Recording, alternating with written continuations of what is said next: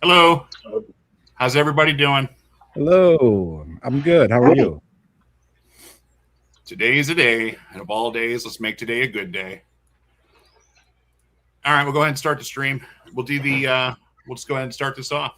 Want to say hello, everybody. We're some of the crew behind the verified privacy community at vp.net, the world's only zero trust VPN. We'll be doing a stream that gives us a voice and offers a voice to the community on topics less spoken about and the trivial things going on in the world in regards to privacy, anonymity, and technology. These topics affect us all personally and at scale. So you can expect Q&A sessions. Ask anytime. We'll answer at the end. If you want to come on the panel and discuss any of the current topics, let us know in the chat. So what not to expect, we're not going to be discussing religion, partisan politics, nothing too crazy like that. We want to stick with technology, privacy, and anonymity. So the opinions expressed by members of our panel are their own personal opinions and do not necessarily reflect the views of Hide and Speak or vp.net. So I just want to go ahead and say this is our first stream. We're super excited. And we just have some topics that we want to talk about and that we feel is important and that everybody should have on their minds, maybe be discussing with their friends and discussing with their families. So we're going to talk about the state of technology, which is, we're seeing the erosion of privacy. We're seeing surveillance capitalism, AI everything, and the internet as a method of control. So the internet, as it is today, connects all technology and all people. So they're kind of pushing the boundaries on what it is that they can get away with. And it's bringing up some important topics. So I'll turn this over to you, Chris, if you want to bring up what we have with the blog and go ahead and introduce yourself.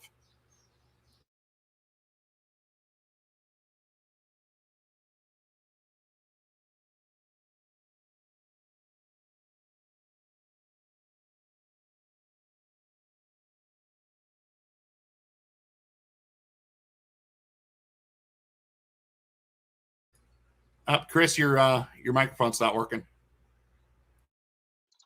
That's a bit of a problem. How's it going, everybody? I'm Chris. I'm the CMO for vp.net. I've been in the privacy industry for a little bit over 10 years, but been interested in it much longer. And just excited to see people finally starting to talk about it. And I'm hoping to help get the word out there and hear what other people have to say.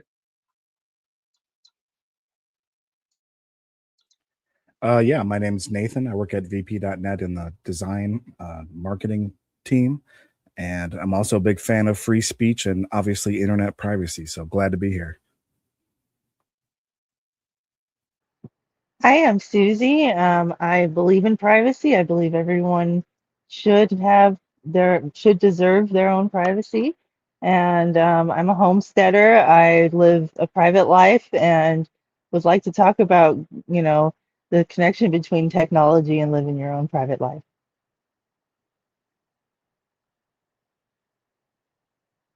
Excellent. Thanks for the introduction, everybody.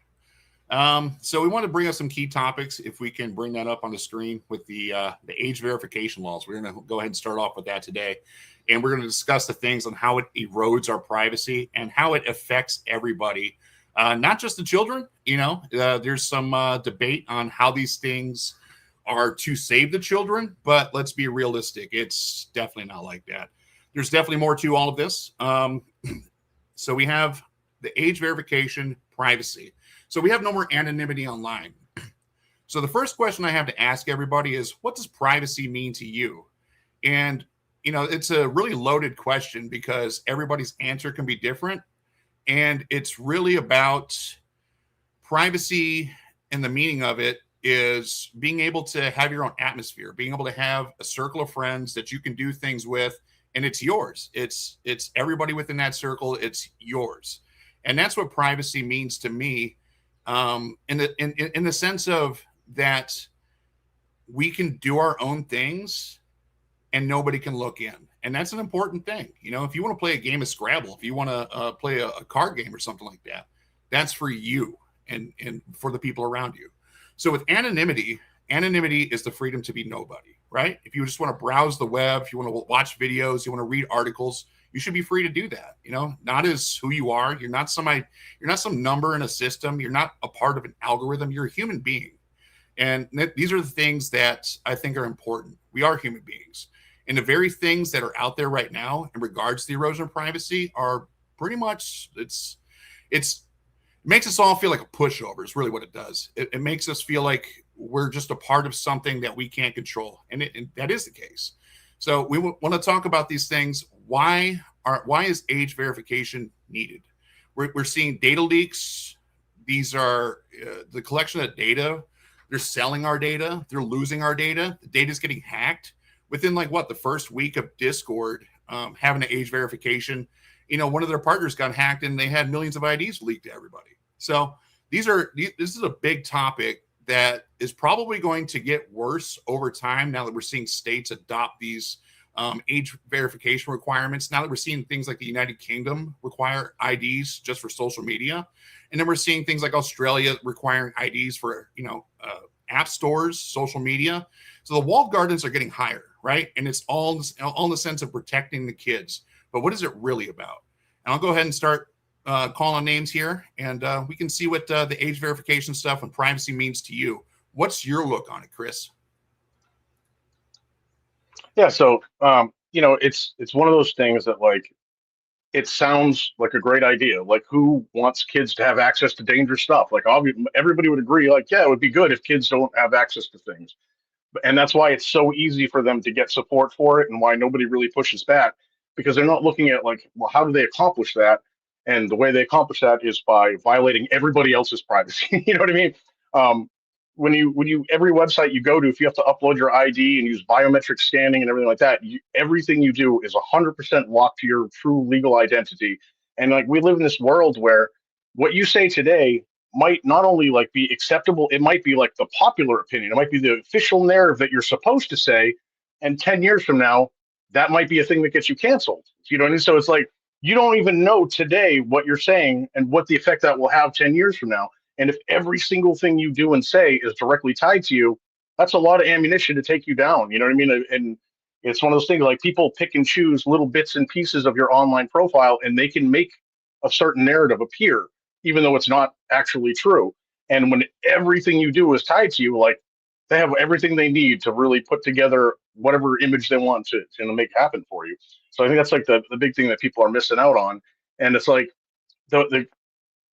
say that it's about protecting the children, but almost all of these age verification laws, they put in exemptions for things like Roblox and Discord and Steam, which are absolutely some of the places where the most kids are approached by predators, and some of the more dangerous places to be. So it's when there's solutions, one, don't actually solve the problem, and in some cases actually make it worse, but also then have a major negative effect on literally everybody else in society. It's we hit the brakes, man. We got to talk about this.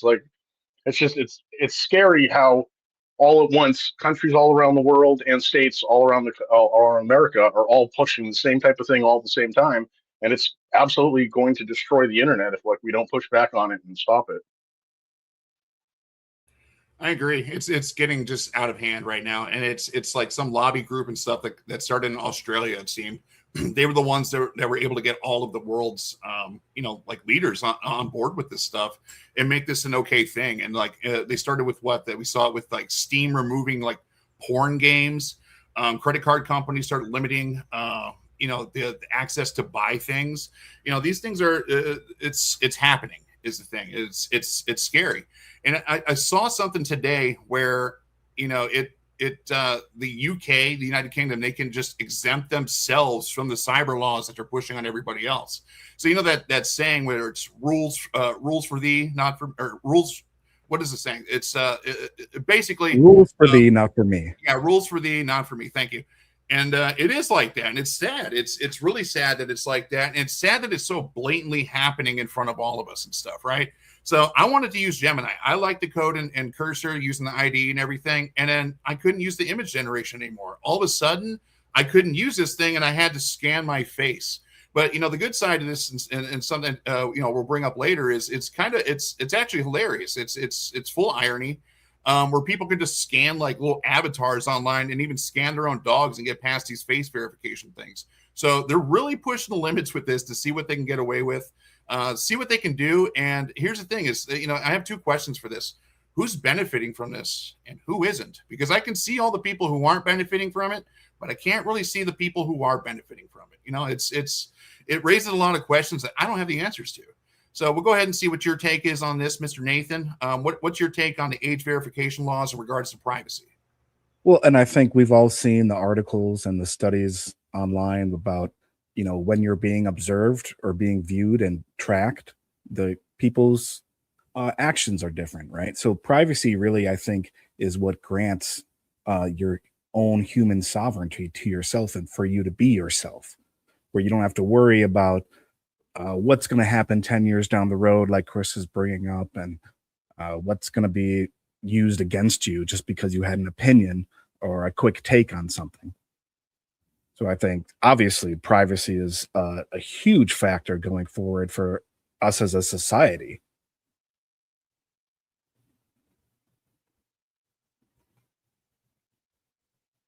Absolutely, and I completely agree with the personal sovereignty. It takes away a lot of things, and honestly, it's the ability to just be yourself is, I think, the most important thing. Whether you're perfect or imperfect, these shouldn't matter. You should just be able to be yourself and not have to think about these things. But Well, and you should be allowed to make mistakes, right? We all make mistakes. That's what makes us human. Absolutely, and it's kind of what Chris was saying too. Like, you can have a comment on something, and it's the important topic, that's the meta that everybody's talking about at the time. You make a comment on this about on social media or something, and then 2 years down the road, they're like, "Hey, look what this guy said," or "Look what she said," and they're kind of pointing their own narrative with things. And it's a hard topic to come across, because I've seen so much taken out of context where it's like, right. Hey, And that's the whole was point. there in that moment. I I knew exactly what they were talking about. I know what they were saying. This isn't what they're saying. Then all of a sudden I see, like, hundreds of comments, thousands of comments, even across threads, across many social media platforms, where people are kind of adopting that new narrative and thing. So I do believe in the personal sovereignty to it. I wish people were more aware that these things are a problem. They do happen. Thank you, Nathan. Is there anything else you want to add on that?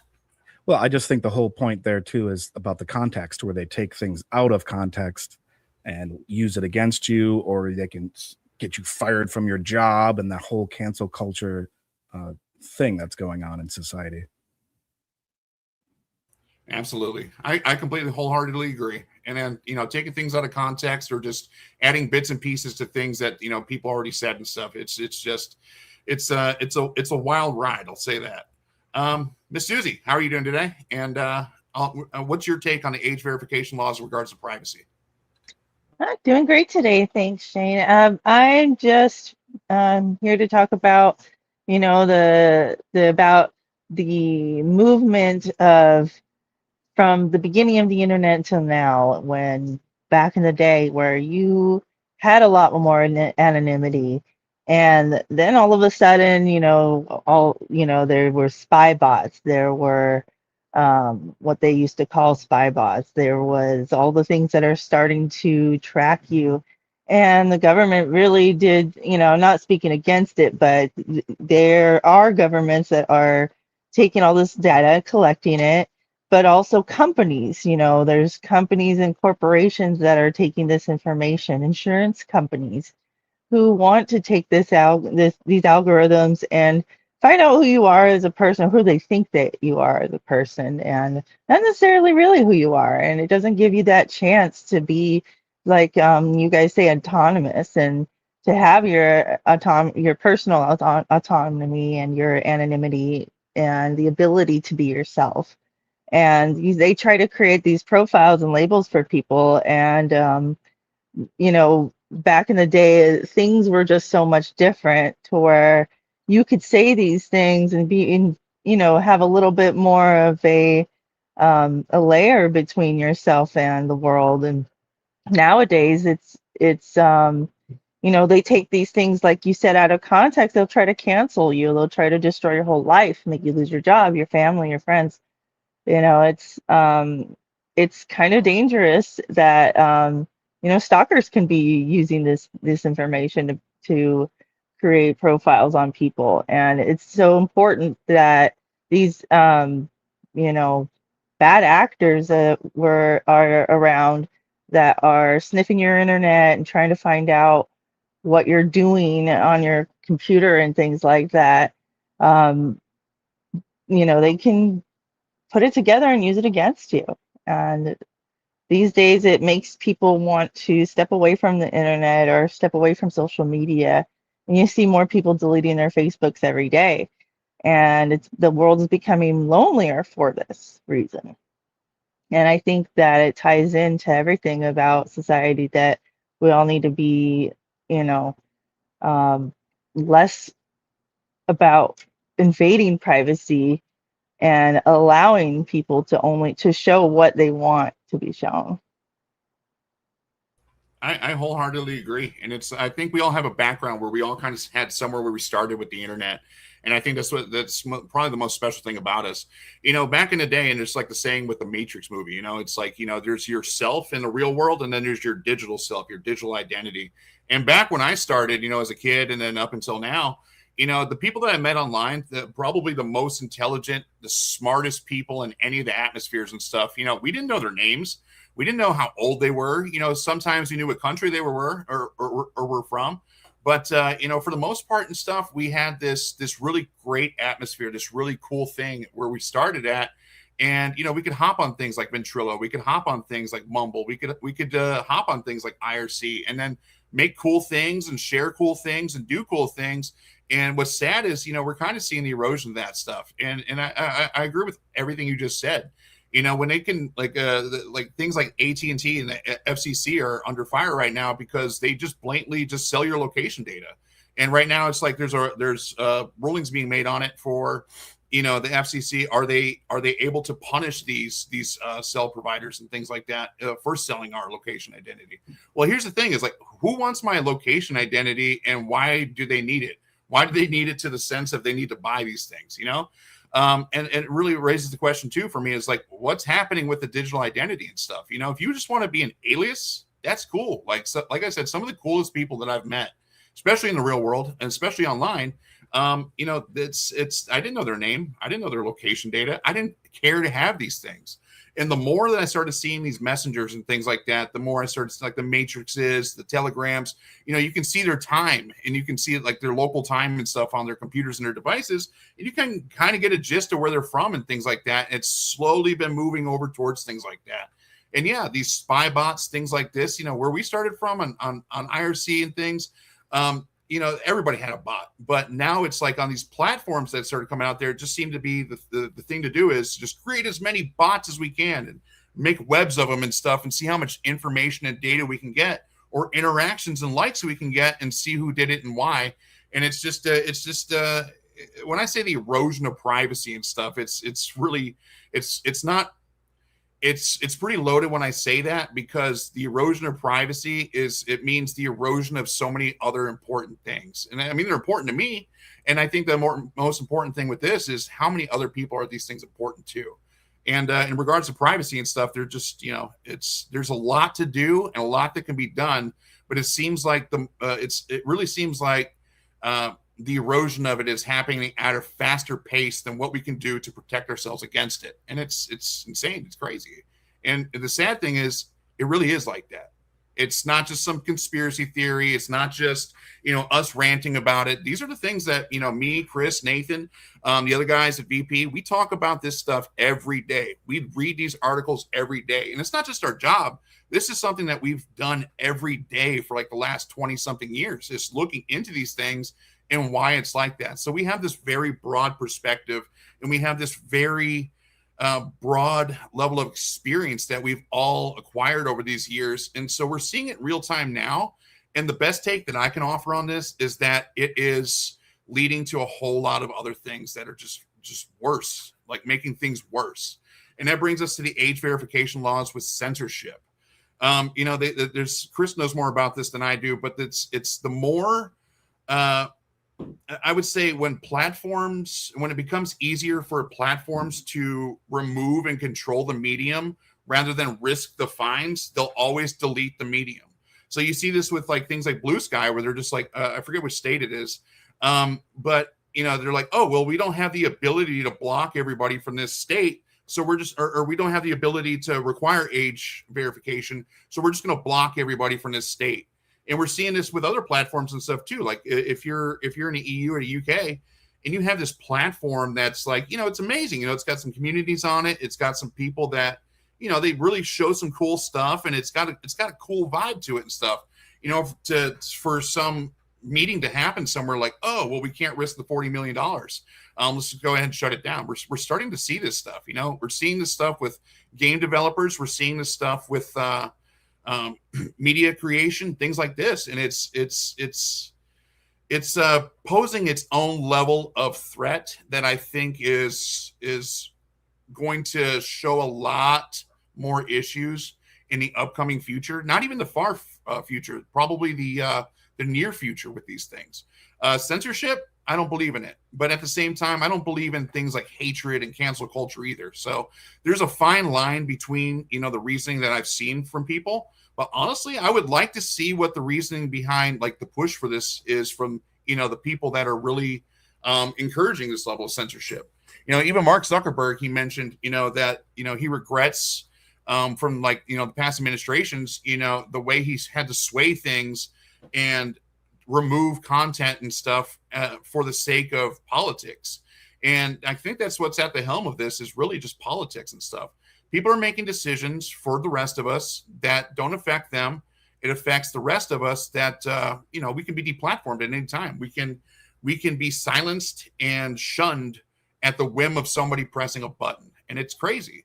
And here's the thing is, if I don't upload my ID to things like, Facebook to go even do like marketing stuff with the guys or looking on statistics and things like that, if I don't upload my ID or offer my biometrics, then I can't do these things. It doesn't make sense. Like, where's the level of acceptance from not just us, but everybody? I'm sure, people listening in, I'm sure you guys use social media, and that's the thing is like, I'd like to see your guys' take on this stuff is like, what are you going to do when they do want those biometrics and when they do want that age verification? Because I'll tell you where it's headed. We're headed to being walking down the street and all these little ring cameras and flock cameras and stuff. They're going to hit you. They're going to scan your face and immediately pull up your comments and stuff on social media and stuff for just God knows who to look at. And it's a very scary thought. So I'll turn this over to you, Chris. I know you had a saying and stuff where, when about censorship and how we self-censor. And I think that's also one of the biggest problems too, is that, with this violation that's going against us is that a lot of people are self-censoring. They're just finding the reason to not have a voice, not talk. And I think this, from our experiences, from the 90s to now, from where we started on the internet to now, self-censorship it's an ugly thing. It really is, because there's a lot of great people out there. They have a lot of great things to say, and they deserve a voice. No matter what we think about it, they deserve a voice. So what's your take on age verification laws, Mr. Chris? Yeah, so like this was kind of, I saw this coming right away. Like anytime you give the government the ability to control the flow to a website, or then it immediately gets used for censorship and immediately gets used to control the narrative for certain things. And like UK is sort of one of the first ones out there with these laws. And already at least once a week, I see another website that is typically a website that writes political content that goes against the official narrative and has no adult content whatsoever. Nothing you could even possibly try to convince somebody is adult content. And boom, they get slapped with age verification.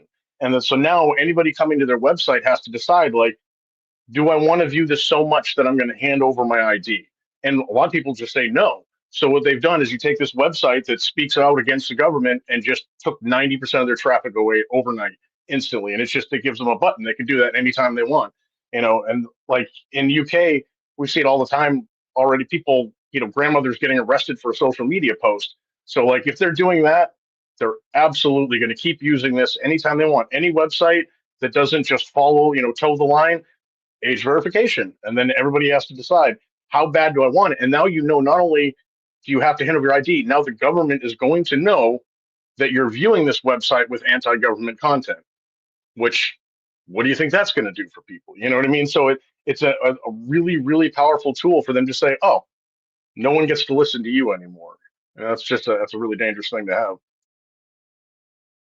It really is a dangerous thing to have, and I appreciate you saying all that stuff. It's crazy, what we're seeing with the UK and platforms like 4chan and stuff. Like, I'm not sure what their end goal with the whole 4chan thing, and this is where Anonymous was pretty much born, and it's something that I don't think is enforceable for a lot of these people, but it's really something that they're going to push for, they're going to fight tooth and nail just to accomplish what it is that they accomplish. And I think we share videos all day, every day, where people are, cops are showing up and stuff, especially in the UK, especially in places where, they're reading the comments to the people at the door. Hey, did you say this? And it's like, like the answer to that is just shut the door in their face. Like it's none of their business. Like if you want to comment on something online, that's there's a saying, there's freedom of speech and there's no freedom from consequence.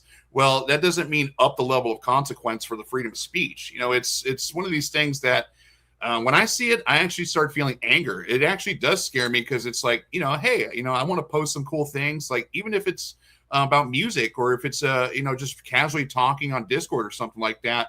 And it's like, if you say something too crazy or out of line, even jokingly and stuff, is that you can have consequences from God knows who be pushed upon you. And I kind of see this now, like with the whole Charlie Kirk thing. We're not going to discuss politics or anything like that, but I'm starting to see things on social media where people are getting letters in the mail that, your comment with the screenshot of their tweet and everything with something that they said, and them getting a warning that they're going to be prosecuted to the full extent of the law and stuff. And I'm sorry, but that's absolutely batshit insane. It's crazy. So yeah, we'll move on. I'll speak for a second on that one. I just saw one the other day. It was actually a professor from a college in Tennessee, and he literally retweeted a tweet from Charlie Kirk that was one talking about gun control and saying that, something like if a few people have to die, so we have the right to have guns, like that's okay.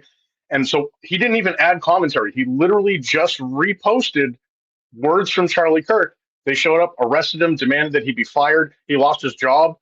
He just sued him and won a ton of money because, like, he it was like there's not even freedom of speech. He didn't even speak. He said nothing. Like he just said, "This is something that guy said." You know what I mean? So it's like it's crazy how fast they just immediately want to shut people down for stuff. And yeah, the internet freedom had a really, really bad year last year.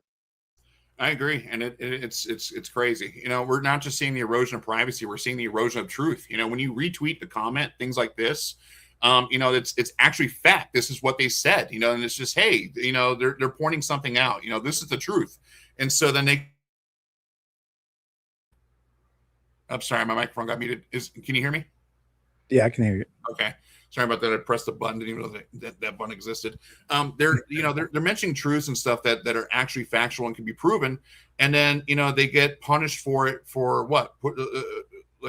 Because they're not pushing the narrative that's, that the top is trying to push.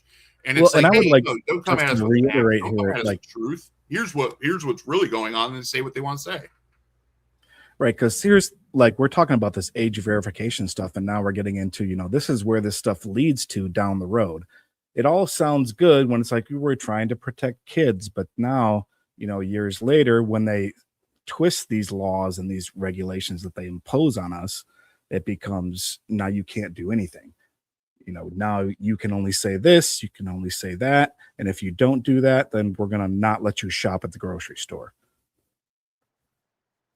It does seem like that's where that's leading to. And I'm glad you brought that up because, with these flock cameras, with these data profiles and stuff and the massive quantities of data, you can't even walk down the street without having a gigabyte of data, like already saved in like 3 data centers somewhere, and it's one of those things is what is that going to lead to, and it's already leading to your voice being taken away from the very thing that connects all of us, which is the internet.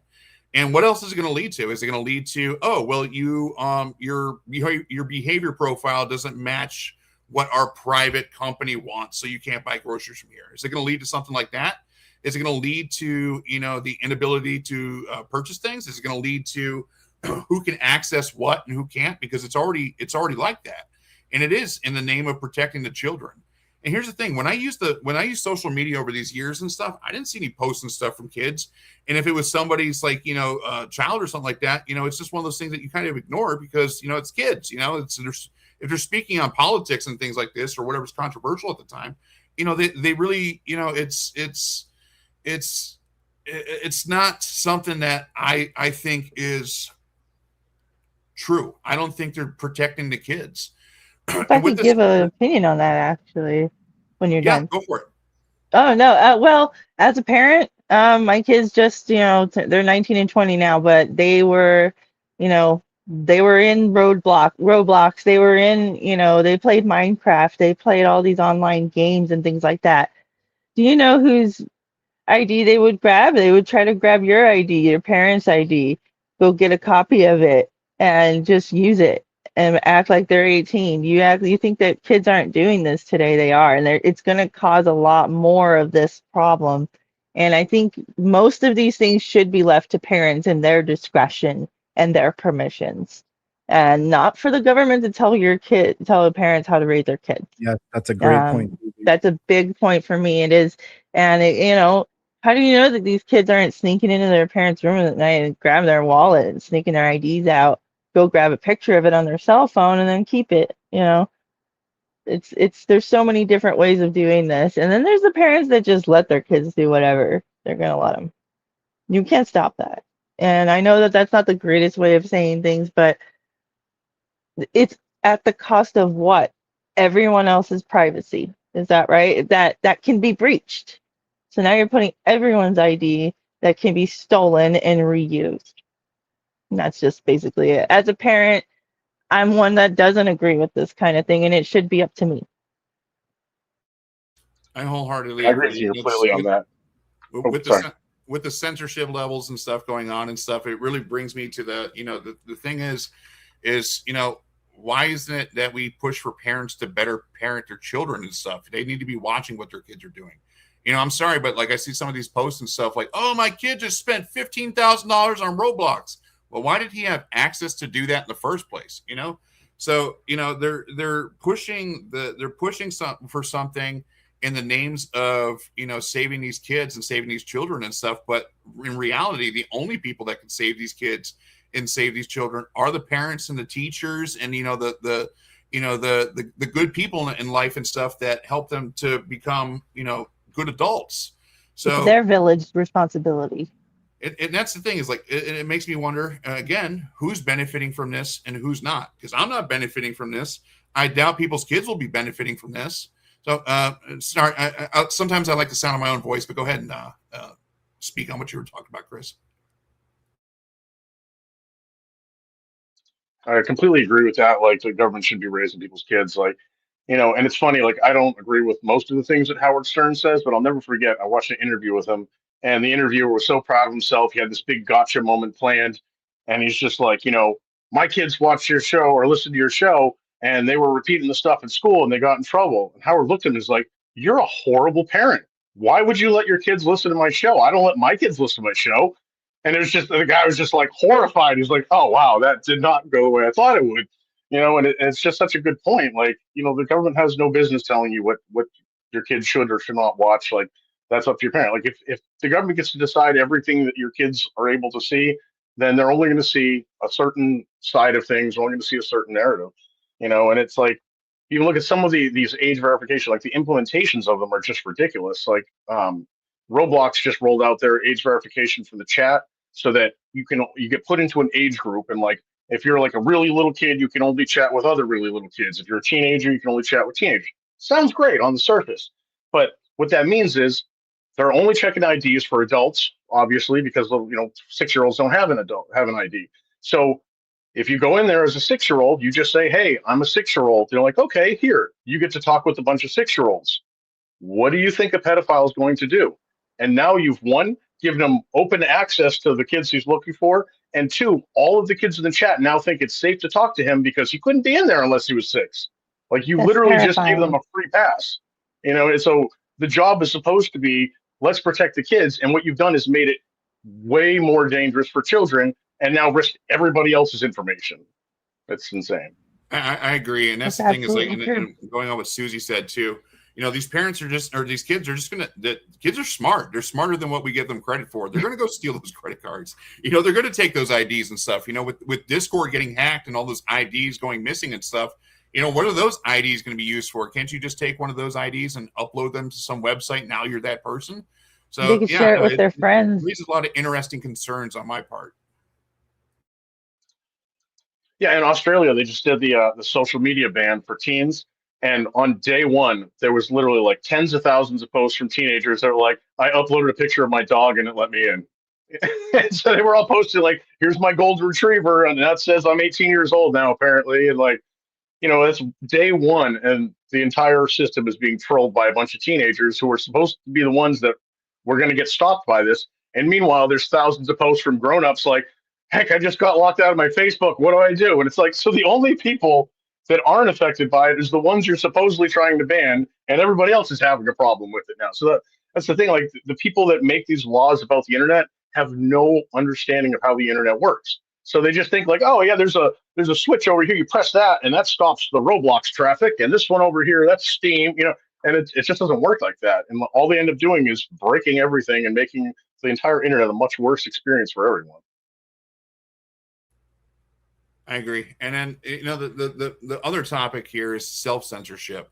And that's the thing is like when we know our privacy is being invaded, when we know that the things we say and do, like if you drive by a cell phone tower in some area, that cell phone tower catalogs that your cell phone pinged it and you were right in that area and things like this. So a lot of this stuff is like things that we can't stop. And a lot of it's like maybe of no concern to a lot of people are like, oh, well, there's nothing I can do about it. I don't care.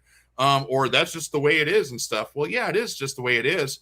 But I don't use things like social media. It's mainly for my own sanity because when you start seeing all the bad things going on in the world and people rioting in the streets and all this stuff, it does affect mental health. But that's one of the things that was brought up with this age verification stuff is that the statistics do show that the mental health among teens and young adults, especially, when using social media, their mental health just goes to shit. Excuse my language, but it just plummets. And it's because they're seeing the best of what other people are showing them, things like this. So it's a big topic and it has layers to it. But I think the topic of self-censorship is, is that considered like self-censorship that now I don't want to use these social media platforms? Especially since, I feel like I don't have a voice. Not only do I feel like I don't have a voice, but the things that if I do want to chime in on and stuff, is it even going to matter? Because somebody can just block what I say, or if it catches any if it goes viral, or if it catches or a lot of attention and stuff like that, somebody can just shut it down, deprioritize it with the algorithms. And these are things that are happening. Still to this day, we don't know what the algorithms behind X or Facebook are doing. And these are things that, even Mark Zuckerberg apologized on for modifying the algorithm so that, certain things will get shown and certain things won't. So we're facing self-censorship and censorship, among the platforms, and among the platforms that are afraid to censor risk these huge, massive fines for not collecting people's IDs.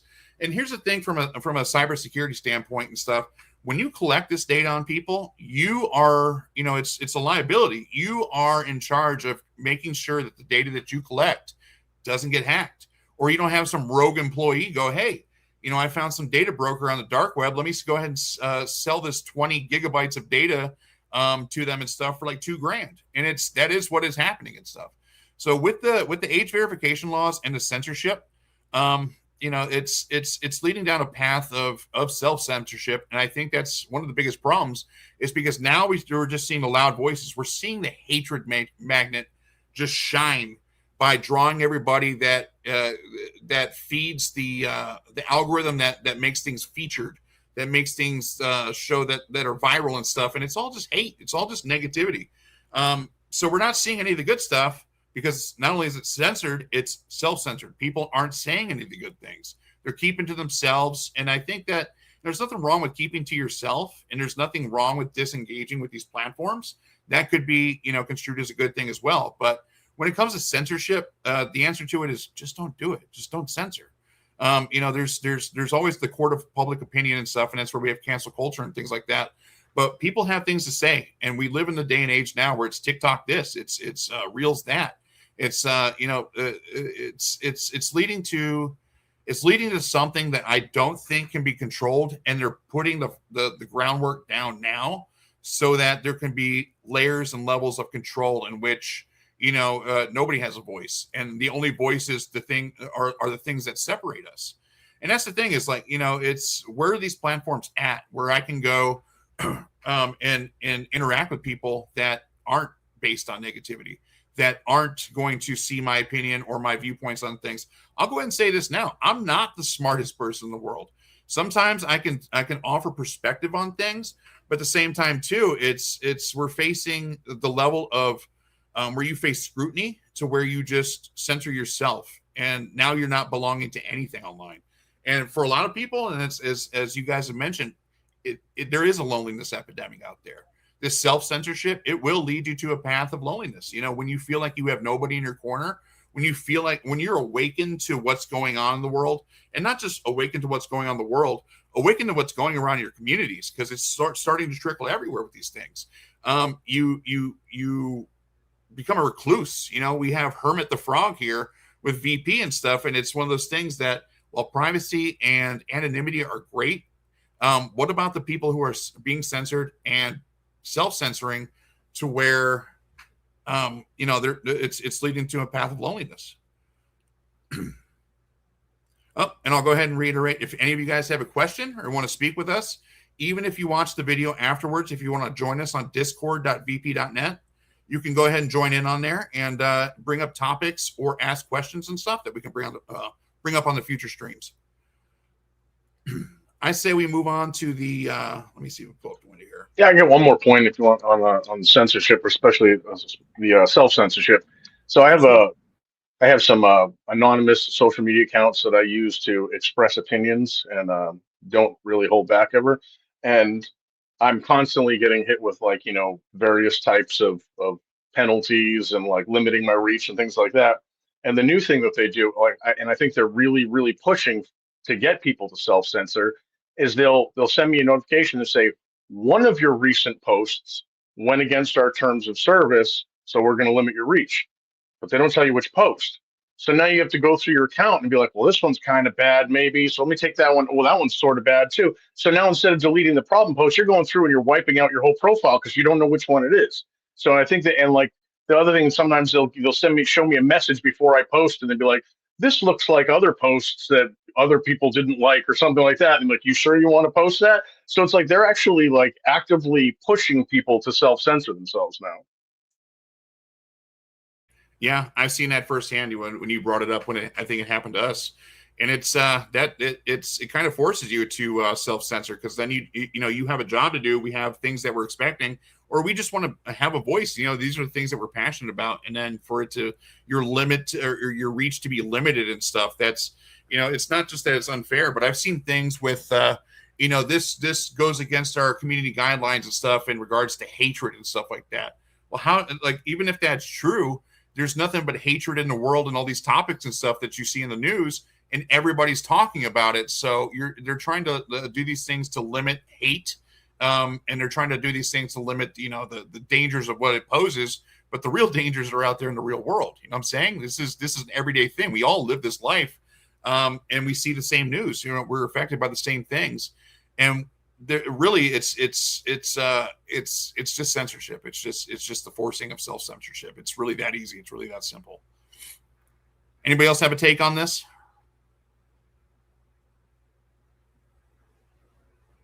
Okay.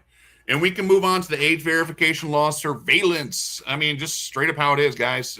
This is just how it is. We live in the 1984 world.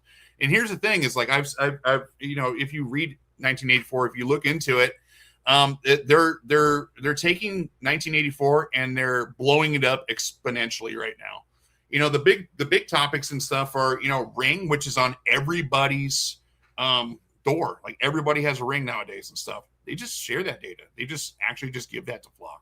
It's one of those things. It's yeah, we can scan with our AIs and stuff, see your faces, see you jogging on the street, see you even driving on the street and stuff. And the surveillance level right now, especially with Flock, especially with these things that, you can't fly to a different country or even to the United States even without sharing your social media profiles, things like this. Is it going to be something that happens where you share your social media profile and how do we know this is actually you? You didn't upload your ID to it. You don't have your biometrics on it, things like this. So the surveillance level of this stuff it brings me back to that question: who's benefiting and who's not? Because when it comes to these things with the verification and stuff, I'm fine with verifying who I am. My name is Shane. That's who I am. I just verified that. I'm here. That's all that needs to be known.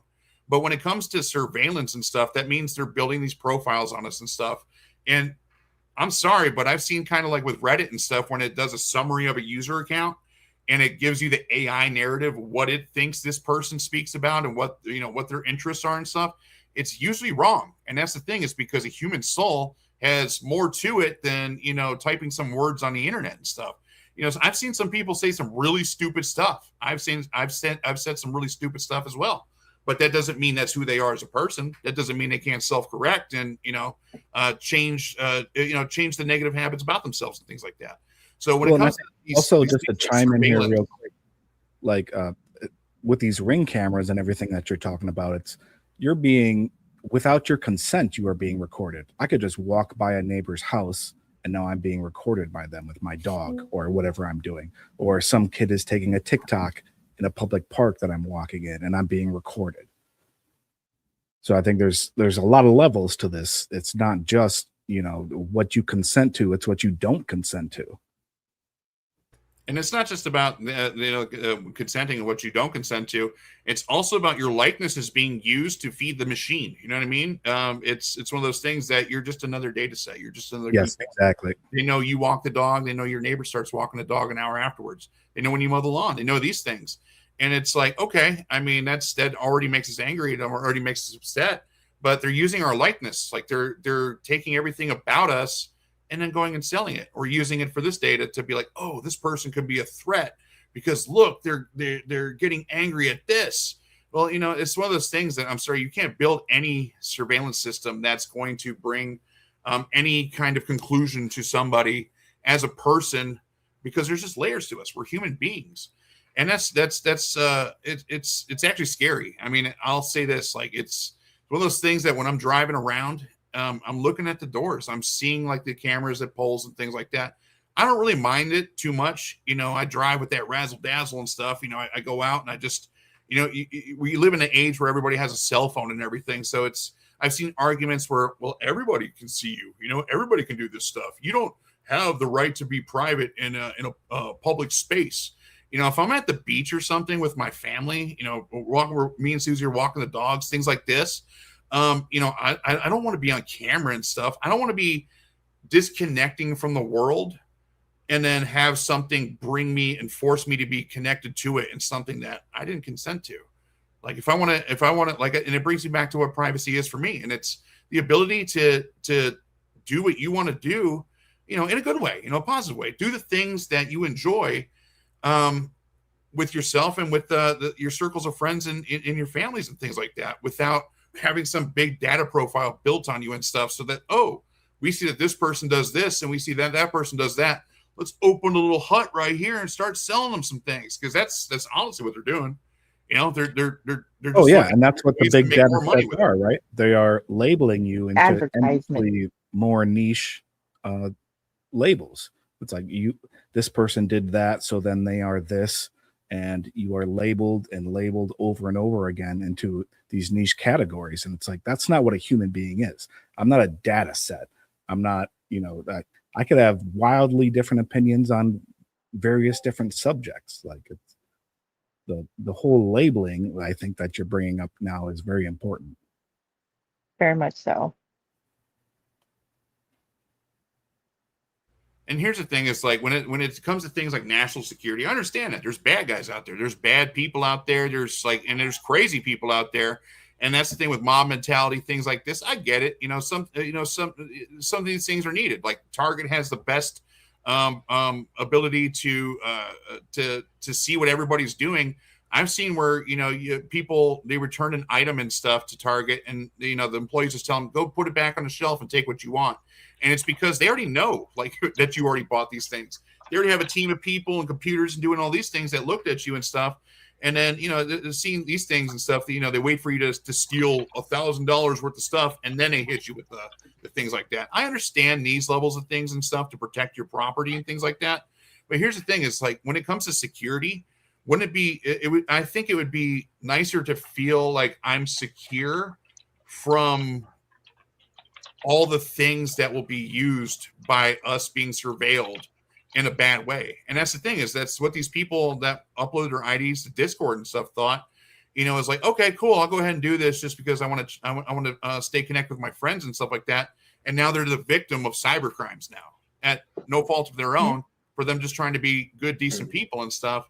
And what's stopping me from being a good, decent person, out at the beach somewhere? And really the answer is nothing, but it makes me really cautious and skeptical that, somebody else can commit a crime around me and stuff. And all of a sudden fingers are being pointed at me, and then now they're looking at copious amounts of like data just on stuff that's irrelevant, but relevant to them for some reason. And we'll see what's your take on this, on the age verification laws in regards to surveillance. And feel free to talk and be as open about the surveillance stuff as you want, because we are in 1984. I don't know if you said who you said, but I'm just going to go ahead and go. Go ahead, Chris. Yeah, so it's the thing with the age, why age verification is specifically a big problem with surveillance is, like I was saying before, is that if you have to specifically tie your government ID and biometrics to every single website you do, then like everything, it's all part of this data set about you now. Like whereas before, right now you can pick and choose. Like there's certain things you have to assign your ID, like obviously your bank account, or certain types of websites you have to have your ID on. But then there's a big portion of the website you don't have to, and you can make yourself anonymous, and they don't need to know who you are or anything about you. So none of that information gets included in this big giant data set about you. But if you have to verify your ID, it's all included, and that's what it is. Is that right now there's very incomplete data sets, and they don't like that. So they want all of it. They want all of the information about you, so they can really figure out exactly who you are. And it's it's interesting that the age verification is supposedly about protecting kids, and at the same time is creating this massive surveillance state. And at the same time, like the Ring cameras you're talking about are regularly filming children without consent, and it's all being sent over to random servers, and nobody has a problem with that. And then you look at Disney, just got hit with two, not one, but two different $10 million lawsuits for violating children's privacy laws. And it's like, well, cool, it sounds like you've gotten good, $20 million. They made $94 billion last year. $20 million is nothing to them. And they chalk it up as an operating expense. Like it's not even a fine to them. It's not a fine or a penalty. It's just a cost of doing business. And they look at that and they're like, well, we made an extra $3 billion because we violated those kids' privacy. It only cost us $20 million to do it. Let's double down next year and do it even worse. You know what I mean? And that's what keeps happening. So it's not about protecting kids, because when they have a real chance to do something to protect kids, that they're not interested in that. It's instead like, how do we get more data? I agree. And it's really loaded, and it's one of those things that we look into every day. So we know the truth behind things. We know we already know what the answers are, and like to discuss these things in an open-ended way. It's all I can say on it. It's bad, and it's not just bad. It's sad, because $10 million is just pocket change to these things. You see the fines and stuff, like even, and this is kind of off topic with it, like Anthropic scanned like thousands and thousands and thousands of books, taking other people's intellectual property and stuff. And they got hit with some massive, like $4 billion fine. So whatever the fine was, it was in the billions and stuff like that. And then nothing. You hear nothing about that like a week later, just absolutely nothing. And that's kind of what's going on now, is like, these violations against, I would say, against humanity at this point, is just, you see it, it's like, wow, this is going to be big. Like everybody's gonna be talking about this, like, in 3 days goes by, nothing. You see nothing, you hear nothing. And at the end of the day, like, there's who's benefiting and who isn't. And it's sad, because it is like that. And it's batshit insane. I'm sorry. It's like, I hate to swear, and I promise I wouldn't swear in a stream, but it's absolutely maniacal, batshit insane, and it's like this. We'll go ahead and move on to you, Susie. I know that surveillance is a big topic for you, and I know that you've worked with platforms in the back with like social media, and you basically come from an experience that we've come from, where back in the day when I used IRC and stuff, we didn't have things like SSL. There was no TLS and things like that. And it's like, oh, now that we have, thanks to the pioneers and stuff in the encryption spaces, we have all these new things, these new methods of doing things, but it just seems like surveillance is just getting out of hand. And it's not just out of hand, it's in their hands, not our hands, in their hands. And it's crazy. Yeah, it is really truly crazy, and then I've seen it from the beginning till now, and it's truly insane to me to where it makes you want to throw your computer out a window. Honestly, it's one of those things where, I used to be on this website that was created by a personal friend of mine where we were doing our own social media. This was before MySpace existed. This was before Web 2.0, stuff like that. And we created a system where you could actually, and I helped admin things, and you could actually see logs of who visits your page. And I remember going, well, it used to just be this logged in person looked at your page and you know who saw your page. And then they give you a little bump or whatever, like to say, hey, good post or good blog or whatever like that. And then then came this, what we call the spy bots, is what I was referring to before. And we started seeing anonymous person saw your page, anonymous saw your page, something saw your page, and it wasn't a person. And, we started trying to block it. And then we started finding ourselves as little, admins who, this is before Stack Exchange. There was no, you know, online coding as much as it was. You had books, or you had to learn. And we had to learn how to manually try to disable all this, and it was a losing battle. It only got worse and worse and worse. And the site's no longer existent because everybody moves on to MySpace and Facebook. But when you go to Facebook and MySpace and things like that, your data is being completely scraped. You know that your data is being sold.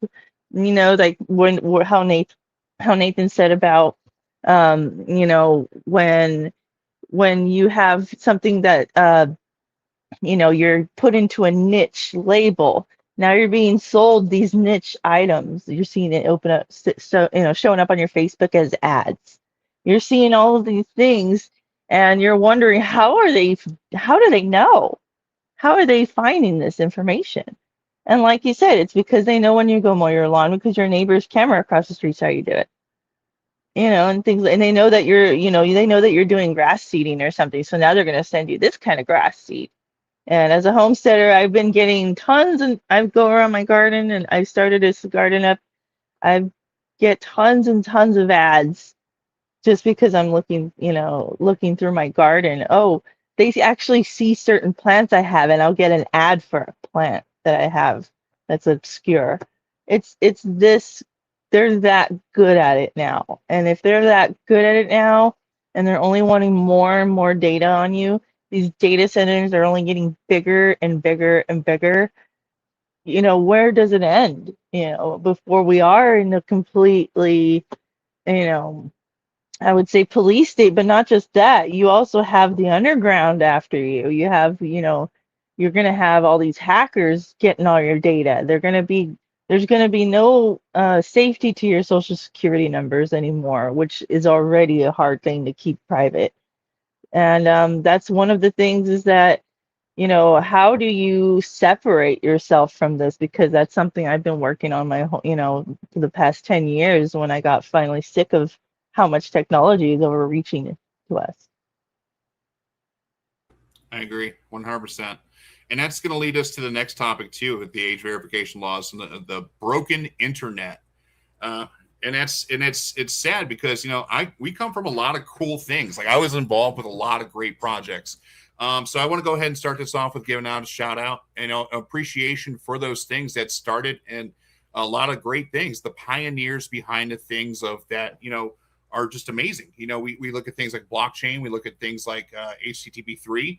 The quick protocol behind with Google. And we see people, or we've always seen these people that created the very foundations of everything that we use now and it's so like social media wasn't anything new before MySpace. It wasn't anything new before Facebook. Those are the things that just kind of took off with these things. So just want to give a shout out to the people, the pioneers and stuff. If you create things, if you code things, if you believe in things like cybersecurity and all these really what we would call niche things. I just want you guys to know you're very much loved, you're very much appreciated, and keep rocking on, keep making these cool, innovative things. And hopefully collectively together, we can make these cool things and steered in a direction where it's not just blatantly we're being exploited, and steered in a direction where we're not exploiting others. Because that's the thing, is like when it comes to surveillance and stuff like that, I don't want to know things about people. Unless you share it with me directly, it's none of my business. And that's the thing, is like what other people think, it's none of my business, especially when it comes to what they think about, opinions and things like that. It's one of those things that it's a hot topic of concern that with surveillance and privacy. It's very loaded, and I appreciate you guys, with all your thoughts and your takes on everything. But let's just be realistic about this one. Like, just be casual and talk about it, because the broken internet. Here's my take on it. I knew like this new world order type thing with like the tech dystopia and the techno feudalism type thing. I knew that was a thing of concern. And I knew like the takeover would probably happen, because you could see the direction that it was headed with the censorship, with deplatforming, things like this. I knew it was coming, but I didn't know it would be this fucking retarded. Excuse my language, but it's almost I laugh at this all the time because it's so fucking dumb. And you can actually build a comedy show out of this, probably, with it being as dumb as it is. When you see like the things that Mark Zuckerberg will say, and some of the answers and the reasoning as to why things are the way they are with things like Facebook. It's even Mark Zuckerberg mentioned that it's not meant for friends anymore. It's not meant for people coming together, and it's sad because these are the things that billions of people use, and it's not just they're throwing their data at it and stuff. They're becoming separated because of systems that are supposed to connect us and are disconnecting us. So I can go on and on and on and on about the broken internet. It seems like every great, amazing thing gets eventually sold or put behind some giant walled garden. We've seen it with MySpace. You've seen it with Facebook. That's exactly the point. You see it become the walled garden. It's broken. None of it makes sense. And all the coolest, amazing things. Like, I'm still learning about technology. I'm not good with mathematics. I'm not good with like a lot of the things that that others are. And it's really cool to see these things and how they're used, like things like SSL, TLS, the encryption methods. Like elliptical curve. Like, these are really cool things. I'm not the smartest on these things. I know the very bare basics and stuff, but these are the most important things. These are the things that give us that security and that layer between the ways that we connect. So not only is the internet broken, it's all the great things about it are being overshadowed by all the dumb shit. And that's when I say, like, it's absolutely fucking retarded. Like, why is all the bad stuff being highlighted with it, and why are we the ones paying for it with not just our attention spans, but like our liberties and our freedoms and things like that? It's like a giant blender at this point when I see the internet. You can't even find blogs and stuff on Google. You have to go pay for things like Kaji and things like this. Yeah, you really hope that you have some really cool tool or something to show you like blogs. Like, to have a voice, to have a website in today's age is hard. You know what I'm saying? Because if you go look at the like top 100 websites, it's the same top 10 that's been here since like 2005, and they've only gotten bigger. So it's taking away. It's overshadowing all the great things, and it's got everybody sucked in. Like, when you go to, I'm sure, like when you guys went to Thanksgiving dinner and Christmas, and I hope they were wonderful for you guys. How many people had their cell phones out and were just dibble dabbling on Facebook and things like that, and showing each other TikToks and stuff like that? So here's the thing: it's like, can the internet be better? Of course, it can always be better. But honestly, it's so broken right now that I don't know where to begin to fix it, other than, add the layers between us and the rest of the world's craziness. So we'll go ahead and move on with this, because I could just sit here for days and talk about the broken internet. I'm here with a wrench trying to fix it. We'll go ahead and move on. And Chris, if you want to speak on this, or no, is it Nathan's turn? Sorry. Well, I just think you raised a great point there with the walled gardens, and all of these super corporations have, monopolized the space, where it's like the only place you have a platform now is you have to go on Facebook or on X or on whatever. And before, you could just 20 years ago, you could just make a website and people will just randomly find you, and you could have a voice and a platform as an individual.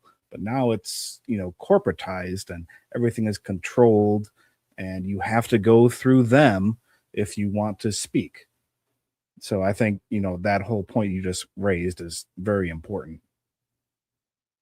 And it's sad that it's like this. And here's the thing: is like I can't find like local things in my community to do because finding the websites for one is hard. But it's a lot of these businesses and organizations, and they all move to things like Facebook, to where you have to have a Facebook Right. to And then go you have view to the play by page their and see rules hours too. and things like this. It's insane. It's there's no other word for it other than insane, because you would be absolutely batshit insane to create a Facebook account and throw these things away about yourself just to go finding information that you need. So it is very much a walled garden that there's no seeds growing in it. There's nothing being planted that grows into something beautiful. It's all just shit. And it's the sad thing is that's true. It's just shit. And I think we can see it in our social media timelines and stuff from the past to now, is that as you scroll down, it's no longer about people connecting. It's about just bullshit. Yeah, I think that's a great point. That's a good gardening joke. It's all become clones. There's no more seeds. It's anything to get your attention and your views and your likes. And it's sad that it's like this. And that's just social media. We're not looking at things about how, businesses operate online and things like this. We're seeing a global change, and with things like the censorship and self-censorship, privacy violations, and the removal of anonymity and things like this. It's not just a broken internet. The internet is what connects us all in this physical world, between the technologies that we use, the things that we watch for entertainment, and each other. And it's broken in the sense that I feel like the world is more disconnected than it's ever been. Like I'm one that, like, maybe I'm ignorant for it, but I believe in peace and prosperity and love for all of humanity. I got that. It's in my heart. But that's the thing, is with the broken internet thing going on right now, when we say like the dead internet theory, which is there's no more human beings online anymore, it's all bots. It's kind of sad because it is like that.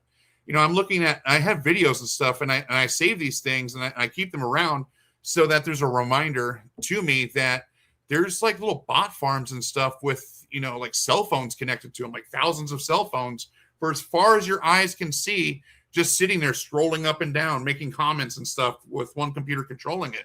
And it's sad because it's, what voice people do kind of have, they're interacting with bots. And that's the thing, is like we see it from like Russia or whoever it is. I don't know how they pinpoint and know exactly who's doing it, but they're using this to dissuade us from, the truth. They're using this to keep us separated, to keep us angry, and to keep us, talking about the things that, honestly, a lot of the things that I see that are controversial on Reddit and stuff like that, I don't care about. Like, I'm tired of reading it. I'm tired of seeing it. And I wish we could highlight the cool things and see the good things and stuff. They're out there. The people are talking about it, but it's been so disconnected that they're in small circles now.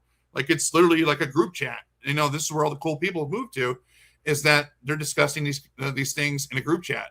Some of the coolest people right now in the world, I think, are isolated from everybody else, whether they self-isolated or put in that way, because when you believe in the things that we do and are passionate about, it's very broken that it separates us from everybody else.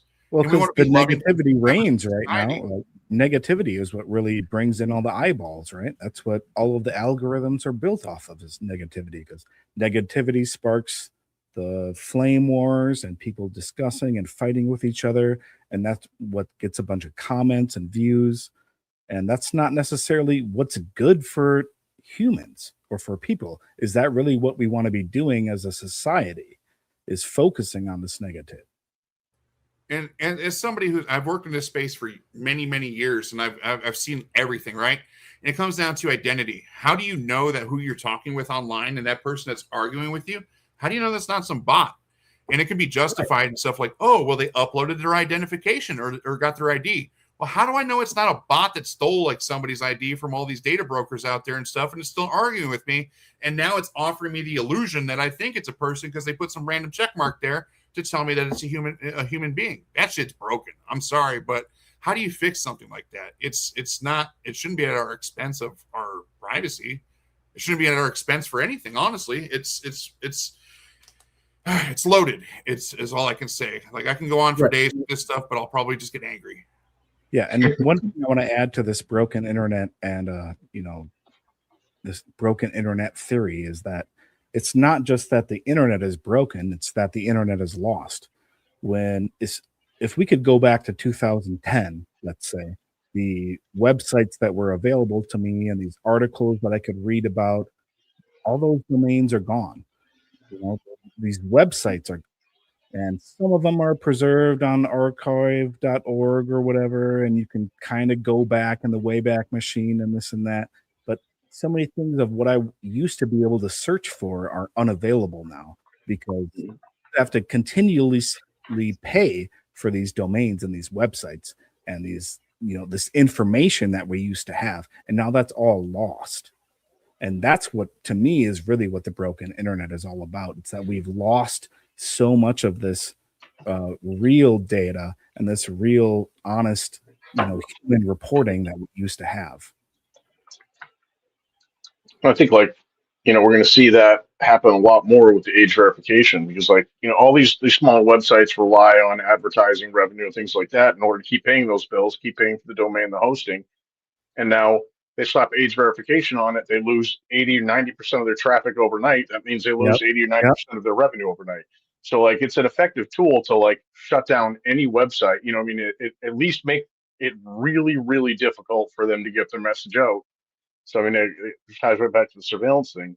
The other issue, it's literally breaking the internet because you have these situations where a state passes a law about age verification for adult websites, and adult websites just don't want to deal with it, so they literally just block the entire state. They're like, all right, you are not allowed to use our website anymore. Ironically, which again shows how little these people understand how the internet works. The UK had one of those adult verification laws, and a website voluntarily just blocked all traffic from UK. They're like, we're just not going to deal with it. And some people were using a VPN to still access that website. So UK was trying to sue the website to force a block on the site that was already blocking them. So it was just like, you really don't understand how this works at all, do you? You know what I mean? But so now you have the situation where the website, the internet used to be this web, but what happens, if you go to a spider web and you start with scissors and you start chopping out random spots in it, it's not very effective as a web anymore. You go around and you can't get to where you want to go. You get lost, you hit dead ends, things are broken. So they're literally breaking the internet because depending on who you are, how old you are, where you live, determines which sections of the internet you're allowed to see and which ones you're not allowed to see. But it's different for everybody. So the internet used to be this one thing that we all had access to. Now the internet is a different thing for every person now because of the way they're breaking it in different ways. And it is broken. It is beyond broken. And here's the thing is I'm about damn tired of having to prove that I'm not a bot to watch a YouTube video. And here's the thing is I had to ask this to you the other day, Chris. I'm like, does a motorcycle count as a bicycle when I'm doing these captchas? And I feel absolutely stupid when I click on these things, like click on the bus. I'm like, monkey push button. And I start clicking on the bus and stuff like that. But it's like, nope, that was a minivan type stuff because I didn't know. Is it a bus or a minivan? You only show the back of it, but it looks like a bus. Is it a bus or a minivan? And so I click it. It's like, nope, try again. And then after 2 or 3 things, I have to drag a puzzle piece. And I'm sitting there really trying to get that puzzle piece right in the puzzle and stuff like that. And then it makes me do another captcha. And it's based on what? My IP address? Is it based on something else? What is it based on? And why is it so broken? It's so damn broken that it's hurtful. Well, the irony of it, the only thing that doesn't have a problem with those anymore is the bots, which now use AI and have no problem at all cracking captchas. So you have 100 people that come to it, 99 of them get blocked at least once or twice, whereas 99 of the bots just go right through without issues. And that's the thing is I tried these add-ons to the browser and stuff. I'm so sick of these damn captchas and stuff, especially with these websites that are starting to block the VPNs, block the non-residential IP addresses and things like that. No, I don't want to use the internet without some layer between me and the crazy stuff out there. And it's sad because you install these browser extensions and it just passes the captcha. So not only do I have to verify that I'm not a bot, the bot can do something better than I can do. I mean, which is obvious with AI and stuff, right? Coming to it. But now I feel like an idiot because I don't know if a motorcycle counts as a bicycle. Things like this. It does. I don't. And so the way things should be versus how they are two separate things. There's a fine line between that, but the line shouldn't be retarded.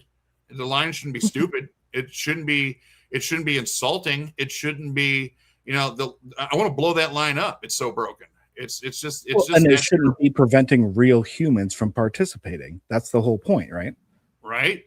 How many websites do we go to where something pops up and you have to click this in order to read the article, to see the video? All the bicycles on this image, and it's like half an image of a tire, and it's like, well, is that a bicycle or not? Press the edge of the traffic light. Is it right? Yeah, Exactly. Like does the edge of like the traffic light, does that count and stuff Wrong. like that? It's like, oh, there's a little sliver of it. I'm gonna click that block too, and then nope. Not a human. I mean, imagine this for a second. Imagine a door lock for your house that, like, 9 times out of 10 will let criminals into your house, but 9 times out of 10 you can't get right into your house, and you're going to have to try unlocking it multiple times to get it, because that's what they've built for the internet. And like, that's great. If that was a door lock, no one would use that, but like somehow it's acceptable for the internet. And that's the thing too, especially with the age verification stuff and all these, young adults and children. They see that lock now, and then they're just going to bypass it. They're just going to be like, I've decided, no, I won't be doing that. And then just find their own methods of doing things, like, how we're already doing methods of doing things. Here's the thing is, like, it's so broken that if you use a browser without ad block, without uBlock Origin in today's age, you can't even look at the internet. The question I was asking was, how many websites and how many things do we go to where it pops up and shows us something? You need to accept this, do that, or subscribe with this way. And then when I see that, I just click exit on the tab, and I just never visit that website again. So it's broken in levels and layers and stuff that I think differ for everybody.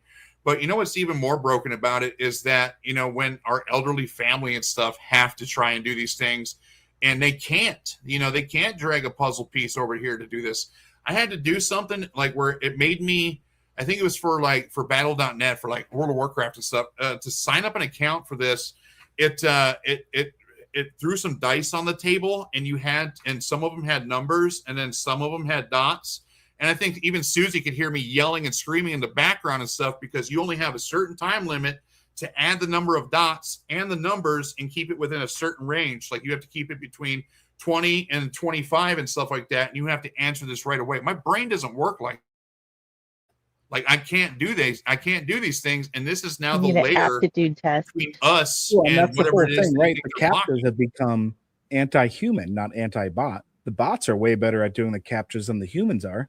They've gone insane. Here's a question. Here's a statement too. Doesn't it seem like it's all becoming anti-human and pro-bot? Right. With the need for more AI, more AI to this. Microsoft just added Copilot to everything. Now, Office 365 is Copilot. They just renamed it to that and stuff. More bots for this. Do you need to write an email? Here's a bot for that. We're losing touch with humanity, I think, with all of this. It's that broken. And here's the thing: the only way to fix it is to really just, honestly, like where I showed appreciation for the people who innovate and pioneer new things.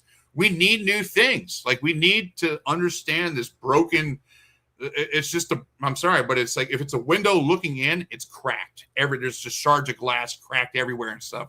You can't get a clear picture, but when you finally get that clear picture, you just see how absolutely batshit broken it is. And it's sad. We need new things. And not just to get around things like age verification laws at all. Here's the thing is, like, if we don't value the human and we're valuing the bots anyways, which is how it is, why can't these new platforms exist? Why can't we connect people in new ways? Or why can't we view things that, should be, valuable to us? Like, somebody, your friend uploads a video or something like that. They share a project with you, and you can't even look in on it. You can't even add your 2 cents with things, like, most of the time. A lot of it because of self-censorship. Like, I don't want to sign up accounts on some websites and stuff like that. It's sad. It's really sad. Well, and now, they want more than your email. you should just sign up with an email address or whatever, but now they want everything for you to sign up for an account. We need your real ID, we need your information, we need your phone number. They want to I don't verify your phone number. They want to verify your email. They want to verify your face. exactly. Verify it. I say Have you let's move on ever to the next lost your topic, 'cause I think Facebook and that's had to go get it? Oh, I'm sorry. let's move on to like this. You can still say what you're going to say. Let's bring up the age verification laws enforceable, and I think that's where the conversation's heading now. Is like, how do you enforce these things? Like, if you don't even treat us like we're human beings, anyways, how can you verify that we're human?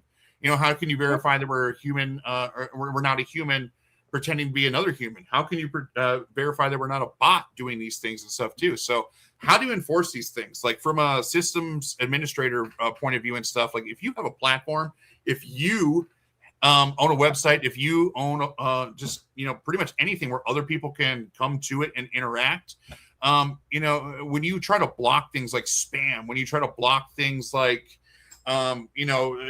illicit content, if you try to block things like even about a narrative, sometimes like really the only thing that you can kind of block is what people say using the AI. But how do you block somebody and then know that they're not just going to come back as somebody else? And they do these things. How do you know that you're going to put a system in place and then that system's going to be nothing's perfect, but how is that system, like biometrics and things like this and ID requirements and stuff, how are these things enforceable, and what level of enforcement are you willing to push on this? And I think we're kind of seeing that now with people like cops showing up to people's doors like, did you comment this?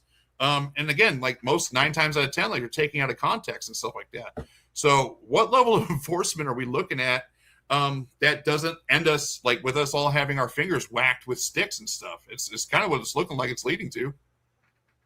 That is what they want. They want to be able to track down what you did and log it for when they needed to use it against you. It's not necessarily anybody, but if there were some kind of concerted effort to do so, that would be how they would do it. Yes. And like enforcing these things at like the system level, like at the programmer level and things like this, how do you enforce these things? Like we have things like Web3 and stuff like that, where your identity is a wallet address, things like that. These are really cool technologies, and it makes people value their identity because it has money attached to it, right? People are going to value what's in their wallet, things like this. So there's verification systems that exist out there, ways to identify your real user base, like, and value your real user base, and kind of block the things you don't want. Like if you have a platform and then you have like 20 troublemakers and stuff, they come and ruin it for everybody else and stuff. The thing is, it comes down to the question is, what do you value, and how do you protect the things that matter, and how do you stop the things that you don't want? And these are big questions, because when we're talking about saving the children, when we're talking about saving anybody at all and stuff like that, it does come down to how these platforms are enforcing it, and it does come down to these politicians and these corporations, whoever it is. It's all the same. It's all the same thing. They push everybody else to enforce these things. How can it be enforceable is the biggest question that I have, because from a security standpoint, from a somebody who's worked with these things, like building a basic website, and you make your own identification system and stuff, these things can be fudged. There's no perfect system, is what I've learned with all this stuff. There's no perfect system.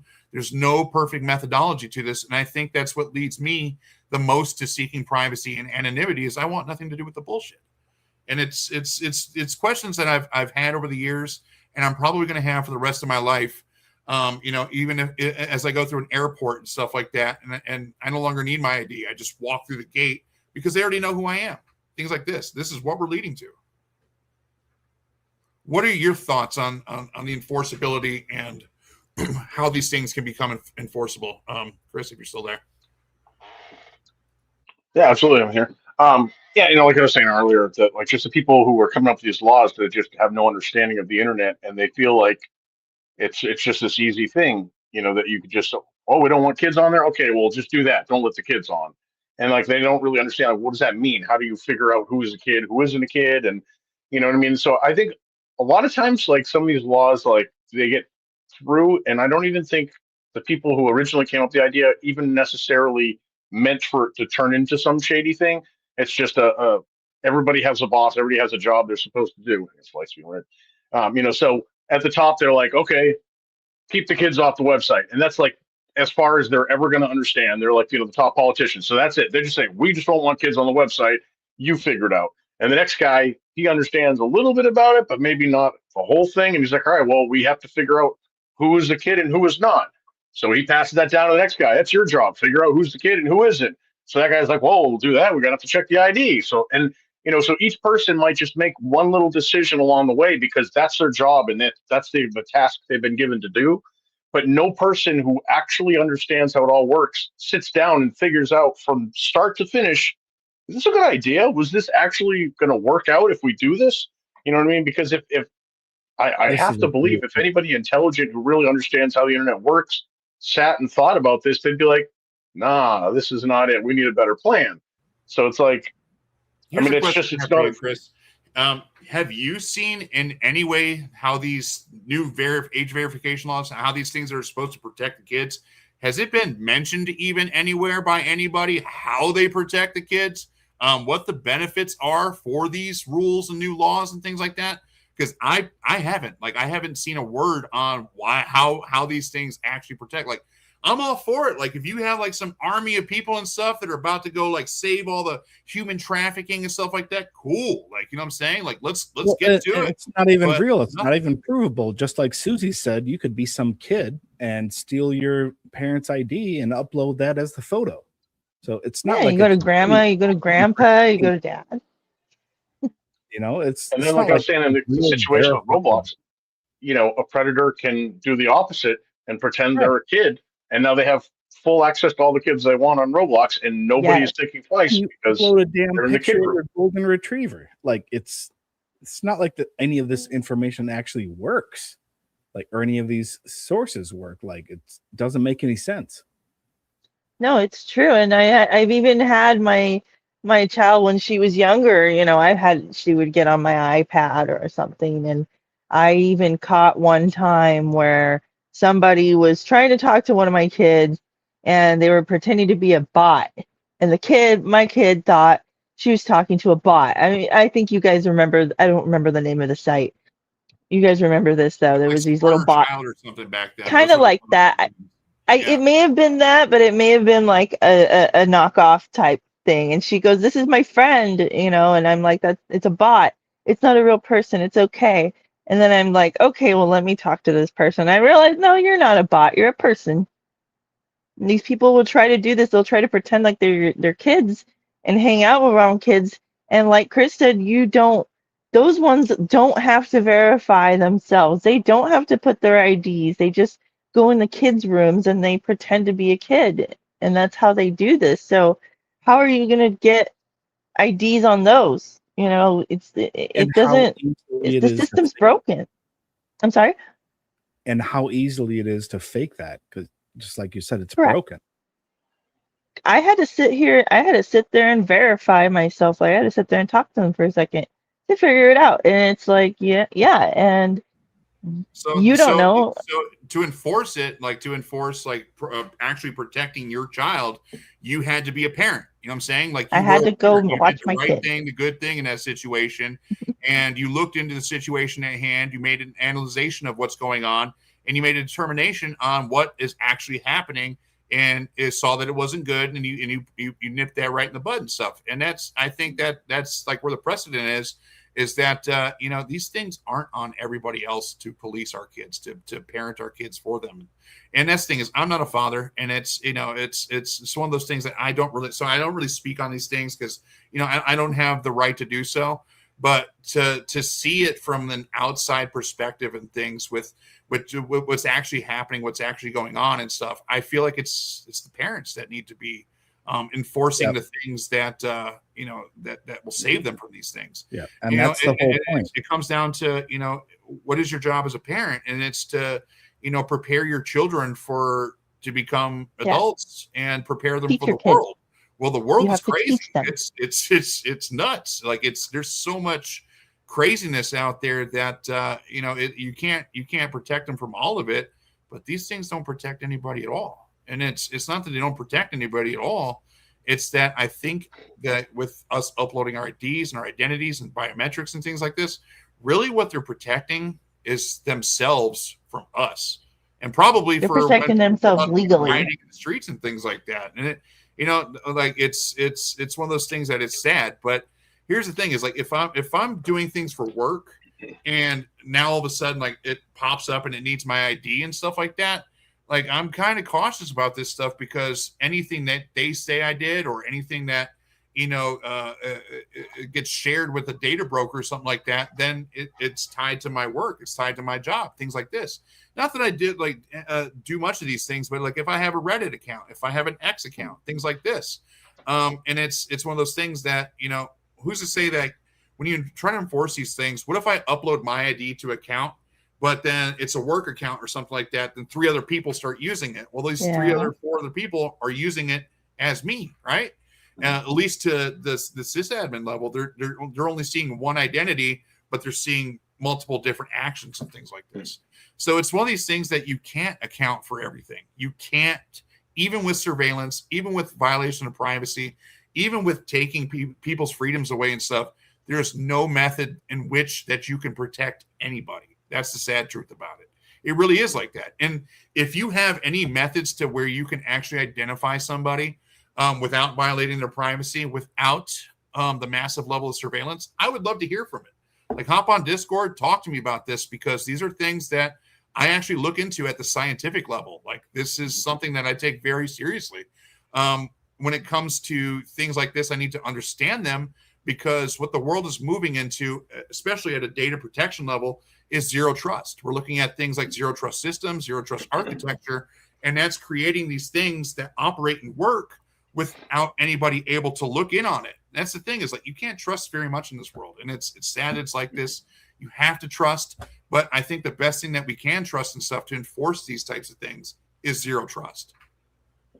And to expand more, it's on zero trust. It's that you can't, a lot of people go, well, what's zero trust? Because I'll be honest, I didn't know what that meant at first. And it is the fact that you got to know that not even the company is sitting there looking at what you're doing. It used to be that way, and it's not like that anymore. And I'm sorry, Chris, go on.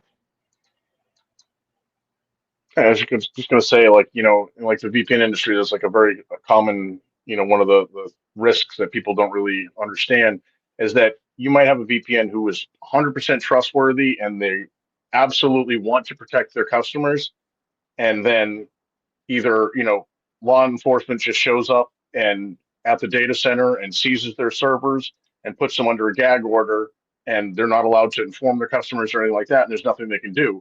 You know what I mean? So when you have a zero trust system, like that doesn't really matter. Like if there's no data in there and there's no way for them to access that data, then it doesn't really matter. And so like even if they're not logging with like a traditional system, if they seize the server, they can then add software to it. They can add logging software to it and run it, and then put the VPN under a gag order and say you're not allowed to tell anybody that we're doing this. And then everybody on that server is now, being monitored and logged all the time. But like when you build a system where if you tamper with it, it immediately shuts it down and you can't connect to it, then like that risk is gone. So it's like we're at a situation where if there is any possible way to compromise it, even if the company themselves is not, you can't convince them to do it. If there's a technical way to do it, even without them helping you, it's going to happen eventually. Somebody's going to figure out how to do that, and that's why systems have to be built in a way that it doesn't matter. You know what I mean? It doesn't matter who gets access to it because there's no information there. And like if you don't build something that way, it's eventually going to happen. It doesn't matter how much you can trust it. Like everybody has a price. You know what I mean? If you go to somebody who might be the biggest privacy enthusiast in the world, but you're like, hey, guess what? We have your kids locked in our basement. That guy is going to suddenly, do stuff like, it's a crazy world. Things like that do happen. So if you have to build systems that it doesn't matter. You don't have the access to do it. So go ahead. You know what I mean? It's just like, when you have a vault at the bank and no one at the bank has the key to the vault. It's like, well, sorry, Robert, there's no way in. Well, it doesn't matter how much you want to get in, like, they can't open the door, you're not getting in. You know what I mean? And that's kind of the situation we're at. Like Shane was saying earlier, you just can't trust anybody anymore. You can't trust anyone or anything. If it's something important, and what people need to realize is their privacy really is important, then you have to make sure it's done in a way that there's no possible way you can't rely on other people, because people are very untrustworthy in this world. And it is sad that it's like that. You have to trust in this world. You have to trust people and trust things. And that's the thing, is we can always look back at things and say, there's more good people than the bad in the world. So what are these things really protecting us from? How are they enforceable? And that's the thing, is it brings me back to who's benefiting, who's not. And that's the thing, to really separate the good from the bad with things, especially if we're looking at how to enforce policies, if we're looking at how to enforce, what it is that these platforms are saying they're doing. They're always going to be doing something else. Realistically, the only real way to do things is to value the good, not just the good in people, but the good in things, like the things that people create. Value these things that people are using these platforms for legitimate purposes, and how do we value these things without the fear? And I really think that you can't block the bad, you can't stop these evil actors. Even when it comes to VPNs and things like this, and the tools and the softwares that allow us the level of security and privacy from the rest of the world and stuff, there's going to be some bad and stuff with that. But that's the thing, is that what level of enforcement are people willing to go through, and what level of enforcement is going to happen at the platform level? That takes away these privacy rights, and the need for anonymity and stuff. Like, if you want to create poetry and stuff anonymously and stuff, by every means, you should be able to do so.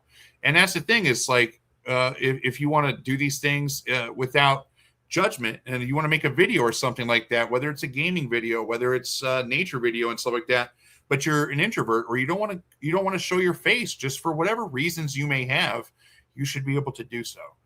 This is we live in what they consider an open and free society. It's not like that. It's definitely not like that.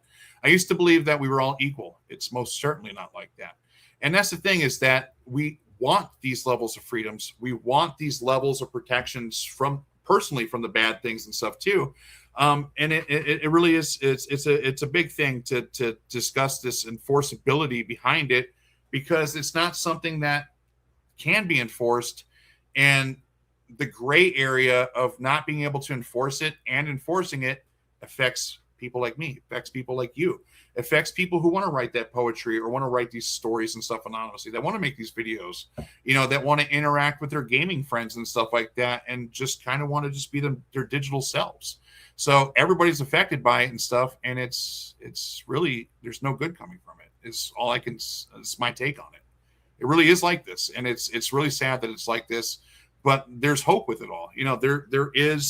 There is a future in which you can do these things and get results. Like I'm saying, like make a post or something like that, get interactions from it and stuff like that, where you're not at risk from having your fingers whacked.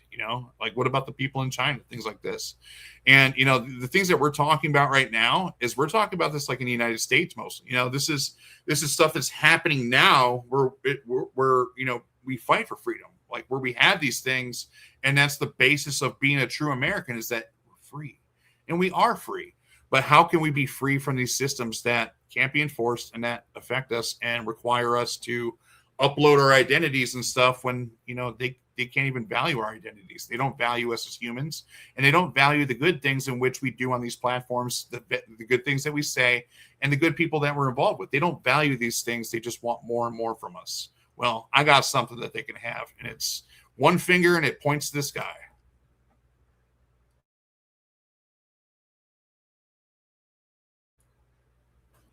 Why don't you go ahead and ask that question, Chris, about the glass house? Like it says for me to ask that, but I think you asked it more diligently. I think we were going to take a break for a few minutes, so we can use the bathroom, get water if they need to, or whatever, and then come back. That sounds good. Yeah, if you guys want to take a few minutes and stuff, rest your arm, Susie, get some water, guys, and let's come back to it. Yep, and we'll see you guys in a few.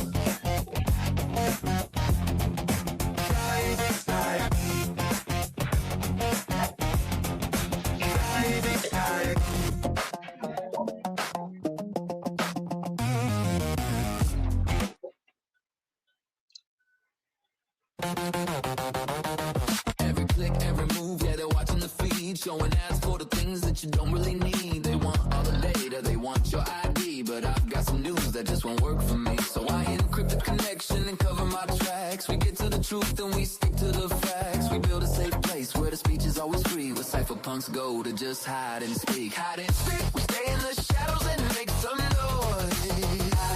Hide and speak, digital freedom, yeah, that is our choice. Hide and speak, privacy doesn't mean not having a voice. Hide and speak, what you wanna share is only your choice. Look, the world is exposed, yeah, the walls are thin. Everybody posting every place that they've been. Trading privacy for likes, that's a heavy cost. In the ocean of data, the person gets lost. So we flip the switch, yeah, we go underground. Moving through the silence without making a sound. Not hiding because you are doing something wrong. Just defending your rights before they are gone. The room is secure, so let the session start. Speak from the brain or speak from the heart. Tell us a story, we unlock the doors. We invite the guests, and yeah, the floor is yours. You can keep the mask on, keep it low key. Privacy is priceless, but opinions are free. We amplify the voices that they try to call weak. Welcome to the stream, time to hide and speak. Hide and speak, we stay in the shadows and make some noise. Hide and speak, digital freedom, yeah, it is our choice. Hide and speak, privacy doesn't mean not having a voice. Hide and speak, what you wanna share is only your choice. Hide and speak. Every click, every move, yeah, they're watching the feed, showing ads for the things that you don't really need. They want all the data, they want your ID, but I've got some news that just won't work for me. So I encrypt the connection and cover my tracks. We get to the truth and we stick to the facts. We build a safe place where the speech is always free, where cypherpunks go to just hide and speak.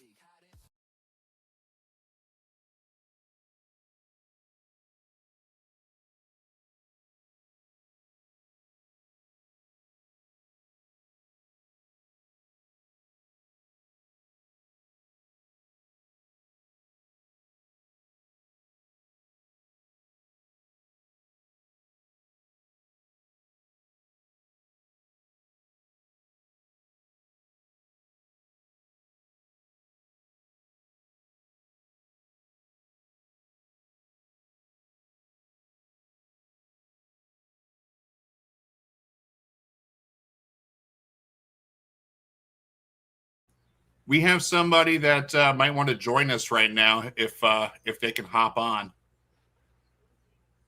Yeah, fire it up.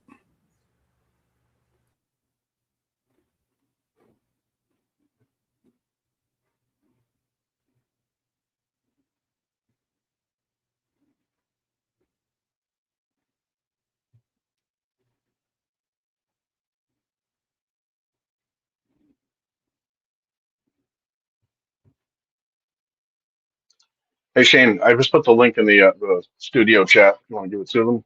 I don't know where they are. Oh yeah, she's got the link already. Oh, we're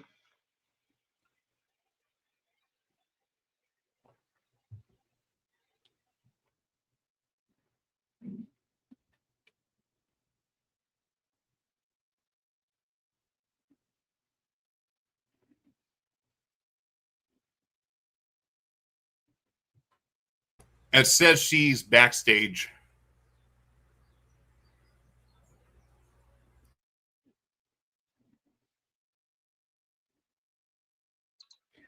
Technical difficulties.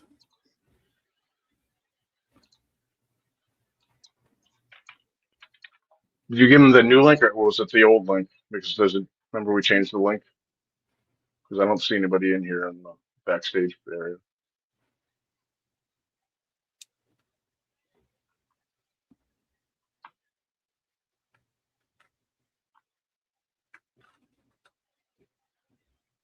Yep, that's the right one. Do not see anybody else added here. All right, I sent it over. Give them the new link. They should join here in a minute. Okay, perfect.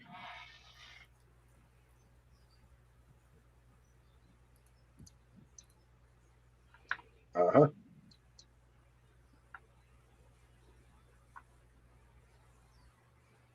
Welcome to the stream. All right, I'm in. What up? Sweet deal. Can you hear me okay? We can. Yep. Okay, Sound good. perfect. Thank you. Hello, everybody. Carissa just joined us. She's with the vp.net community. She's on Discord. If you guys want to join our Discord, you can hop in on discussions. You can even bring up topics or anything you want. Just talk to us. And we're looking to make this stream a regular thing so that we can do this maybe multiple times a week. We'll see where it goes with that. But Carissa, we kind of just brought up some topics and stuff and got some different perspectives on things like the age verification laws with privacy. Basically the in-shitification of the internet, excuse my language. But it's basically everything that we see and talk about within the community. And you know, we're trying to be proactive in bringing awareness to this, but also be proactive in fixing these types of things with technology and with, you know, just trying to move the needle into a different direction per se, because the way things are headed right now, it's just oppressive. It's depressing, even with this 1984 bullshit. With this all being just little numbers in a data algorithm and stuff, so they can sprinkle it, and feed that bullshit to the next guy to sell them something. You know, this is how it is. It's crazy that it's like this, but it's one of those things that the more we see it, the more it can drag you down into that rabbit hole. And that rabbit hole is where we're at. We're all pretty much down in that rabbit hole, dancing and jumping around and stuff. We see this stuff every day. So it's one of those things. Chris has a question for you guys and stuff. It's actually a really great question that he asked, because it made me think on levels and stuff that's like, hey, you know, maybe, yeah, I can kind of see where he's going at with this stuff. And it's an important one, I think.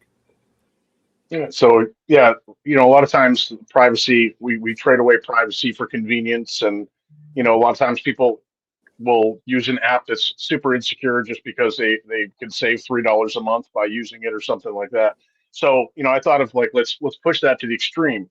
You know, if somebody offered to you a free house and you could live there forever, you never have to pay rent, never have to pay mortgage, anything, all the bills are paid for forever.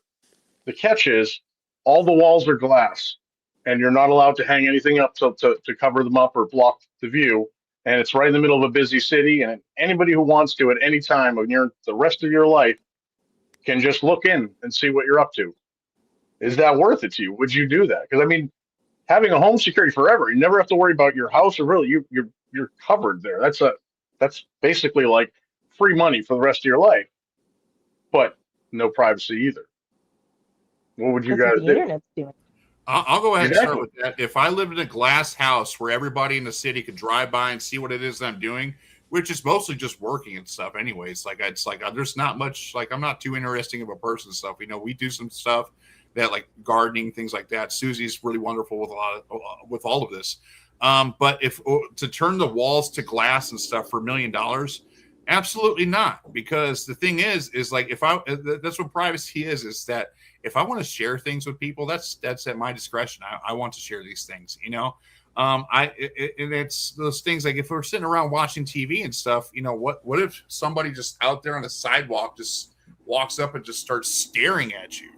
And it's like, so the answer is no, especially not for $1 million, like with adjusted inflation and stuff, what's the number on that stuff? It's not the same $1 million as it was 20 years ago. And that's the thing is like $1 million doesn't really set you up for life and stuff. But what if it was a free house forever? You could stay there for the rest of your life, all your bills, the house, everything's paid for. Nope, I wouldn't trade the privacy and stuff for that, because what if I change my ways and I want to go do something else and stuff like that, and I just don't want to deal with anybody, because I don't. And that's the thing is I don't want to deal with the people out there. I would say no on my end. I wouldn't for $1 million. No, I would say for $1 billion, maybe. Maybe I'd consider it. But honestly, no. I'm so true to privacy right now that for no amount of money would I trade the level of living in a loving home and stuff, and that's our solace and our peacefulness. Does it have a hot tub? Yeah, especially if I had a hot tub. I'm not hopping in a hot tub and stuff while people are out there with cameras and stuff like that doing paparazzi on me and stuff like that. I'm confident, but I'm not that confident to where I have an audience and stuff out there watching everything I do. Oh, thanks. And the crazy thing is, like, if you think about it, that's the internet right now. Like Susie was saying, like that's happening right now. Like the difference is you can't see them watching you. Like you can't, at least with the glass walls, if somebody's staring at you. But like right now, you have no idea who's watching, who's trying to spy on your connection. If somebody at the NSA is looking, you have no idea. You know what I mean? It's terrifying to think. Is the way it is right now is they're looking at everything and you're not getting any money at all. There's no $1 million. They're probably making $1 million by selling that data on you and stuff. No, I'm sorry. They're not probably. They are doing that. So they're the ones getting paid. So to get a little bit of money back for the glass walls and stuff, yeah, it sounds kind of cool, right? But at the same time, it's like, wait a second. Like and that's where I was talking about the levels of this. Like, wait a second. Like it is like that already. Like our houses are glass basically, and we're not getting paid for it. Like for our likeness and stuff like that. Like We're a product. It's sad. It's crazy. People have become the product. And that's what it is about. It's that we're even the product when there is no product. You are the product. That's what I'm saying. Is humans are the product. We're the ones that they take the data, they take all the advertising that they want to show to you, and they sell it to the people who want to advertise to you. So that is how they're getting around this. And it is a glass house, and except for, like they said, you don't know who's looking at you. You don't know who's lingering to look at you. And it's not even about the government at this point, because if it's the government, they can do whatever they want to spy on you or to find something out that they want about you. Well, they are at that level. Ring and Flock, these things aren't government. These are private companies like Palantir, things like this. These are private companies, whether they're public companies or they're just companies or not the government and stuff. And the government's just like one aspect to it and stuff. Honestly, that's not really concerned. Like we already know that they do. It's not about the government. They're now do what they want. Is everybody else. Right. It's the people, it's the hackers, it's the bad actors, it's the people who want to sell your data to people who may not necessarily be doing good things with it. And that's really what it is in a perfect world, we wouldn't care because these companies would be ethical and they would be using our data to ultimately, utilize our and what is that? Enhance our lives. And that's what we thought that's what we wanted them to do with this data. But instead, it's about the bottom line and the dollar and their monthly, their quarterly.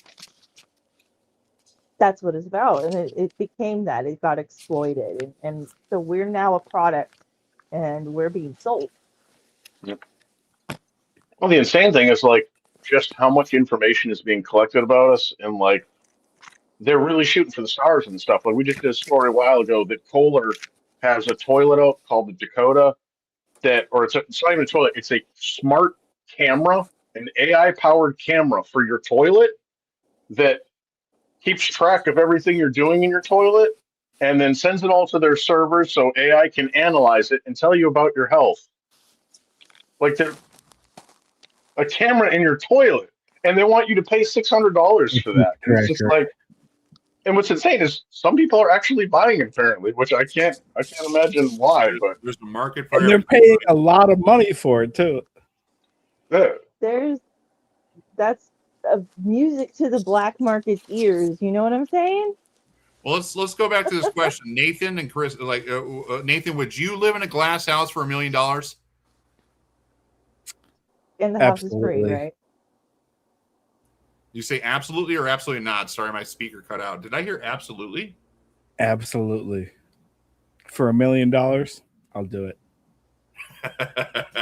Okay, that means showers, everything. I'm talking like any private moments you think you're No, gonna I have. Your definitely wouldn't. picture, I would glass not. house. Are you kidding me? Like, that's crazy. Like, I couldn't even last for probably 20 minutes in a glass house. I mean, I've got plenty of stones that I like to throw, but I'm definitely not lasting. See, there's no loopholes and stuff. glass We house. can't hang up curtains and stuff. We can't put like a layer between us. Like, Right, right. And I could bring up some loopholes, and I could. can I have you know, tinted be glass? creative. I have questions. No, I wouldn't last. And for $1 million and stuff, especially with like projects and companies and stuff, you'd be like, it's crazy how fast $1 million can go just like that. I'm talking like one idea can turn into $300,000, another idea turns into $250,000. Now all of a sudden you have way less than $1 million. You know what I'm saying? It's Like you said, $1 million is not isn't enough what to it retire. used to be. You know, I mean, it's one of those things you can probably throw in a bank and stuff, and make $50,000 per year and stuff like that. But $50,000 nowadays is the new $25,000. That type of stuff. So it's no, I wouldn't trade my privacy. I would always be thinking about changing myself or doing something differently, because I know there's cameras and stuff, and I know there's people out there like watching every move and stuff, and it's all that stuff would end up on social media and stuff. So not for $1 million, no. Exactly. Your entire life. I wonder though, who would do it for $1 million? You're entirely viewed, and you're being, having your entire life put on camera. Who would want to live like that? Your personality is going to change. Everything about you is going to change if everything you do is on camera.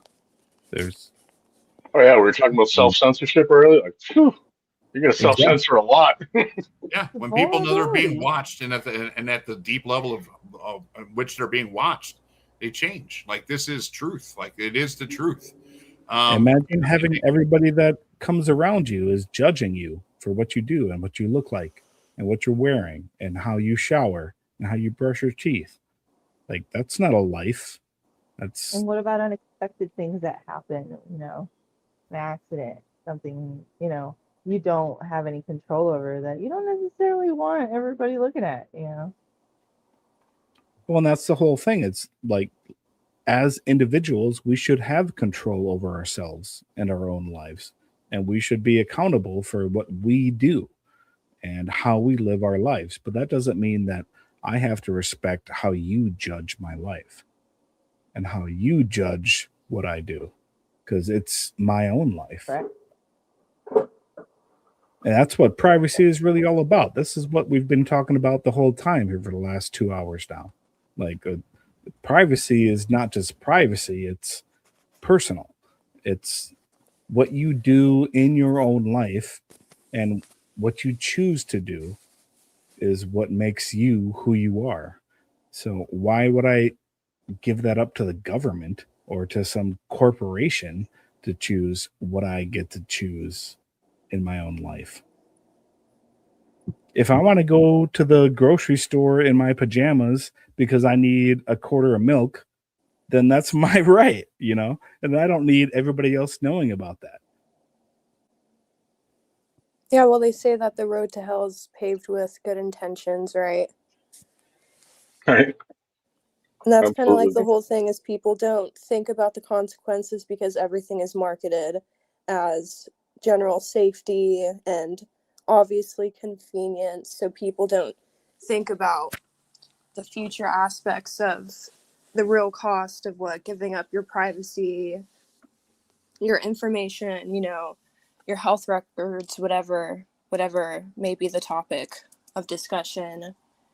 I don't think people take the time to answer the questions of how is this information going to be used against me in the future, and the people pushing, you know, the government, the cabal, whatever you want to call them.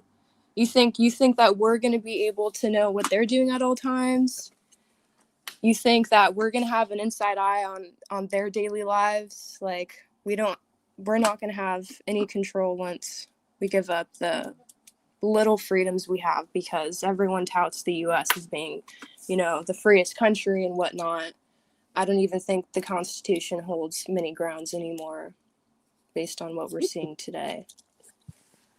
Well, and like we were talking about earlier, you can take all of these things out of context and you can make these short clips and say, oh, you said these 4 words. So now we can put that into a different context and say you were referring to this. And that's the real problem, is that those 4 words might have been saying something completely different in your context. Correct. And how do you Yeah, like love or hate them. Like, once a narrative's created? I'm sorry. oh, you can go. That's fine. All I said was just how do you even defend yourself or even correct once the narrative is created, you know? But anyways, go on. Well, it's created so there's no room for defense. There isn't, and it's said it's like this: is once the narrative is painted with you, or painted with something that you do, or whatever you're involved with. Once it's there, there's nothing that can be done, and it's already like that. And the thing that mentally keeps me sane with that stuff is I think that what they think of me is none of my business, and that's an important thing that really helps me get by with things, especially in the age of surveillance and the 1984 stuff. There is nothing that you can do, especially when it's like that. And it also raises a concern too. Is like, you know, they can see us, but we can't see them. And that it's not about being fair or anything like that. It's just about, it's bullshit. And it's just another piece of bullshit that we have to put up with at our expense when the data gets sold, when it's used against us. And they're exempt from it. And that was one of the things that, you know, we talked about as the exempt, or maybe we skip that topic there, but the exemptions and stuff were the rules for thee, not for me thing is, and we're seeing that in the United Kingdom and stuff. You know, you mentioned like the cabal, the governments, or whoever the hell it is. I don't care who it is. They're exempting themselves from the rules that they're placing on everybody else. And why do they have to be exempt from it? Because they know it's not good. They know it's not benefiting anybody, and it's definitely a hindrance to them. So it's you guys all have some great views and some great takes on all of this stuff, and I'm really happy that we got to discuss this stuff today. I will move on to something else here. Let me pull that up. We'll do the Q&A, some of the questions and answers and stuff. In this document, is this the questions here are the ones that were asked?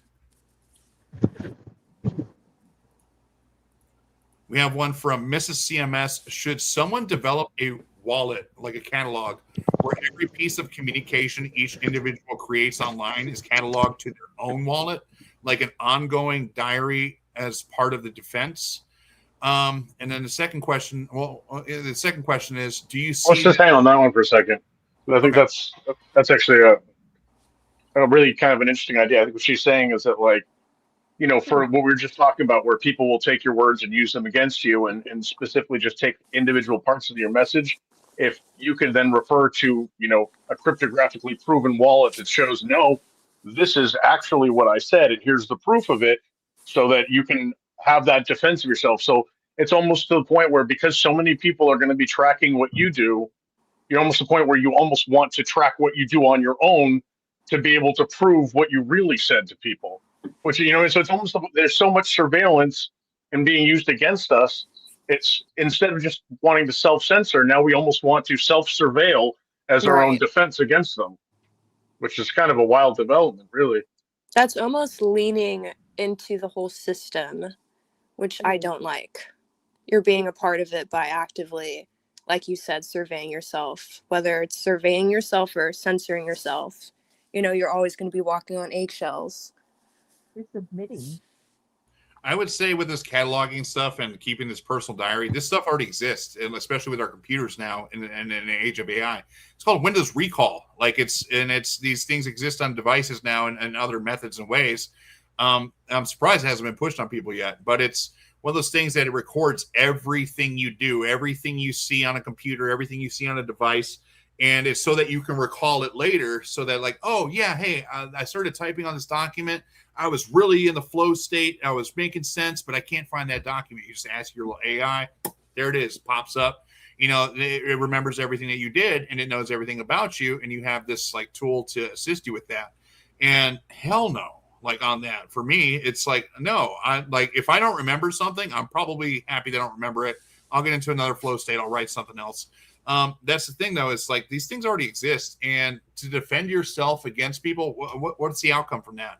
Like you end up. And that's kind of the whole point, right here. Like, isn't this the context? The whole difference here is that I'm trying to document everything that I've said or participated in online, and have a wallet of that for the day, so that I can control that, versus having somebody else has my data and can manipulate and change the context of what I've done.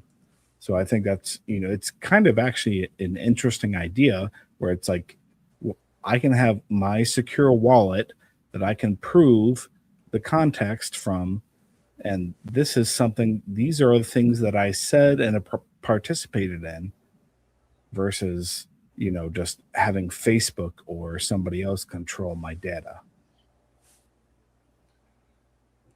I think the problem with those is just like, what you're saying before, like when information exists somewhere, eventually it gets out somehow. You know what I Right. mean? And so Exactly. by doing that, you're handing the keys to your full online identity.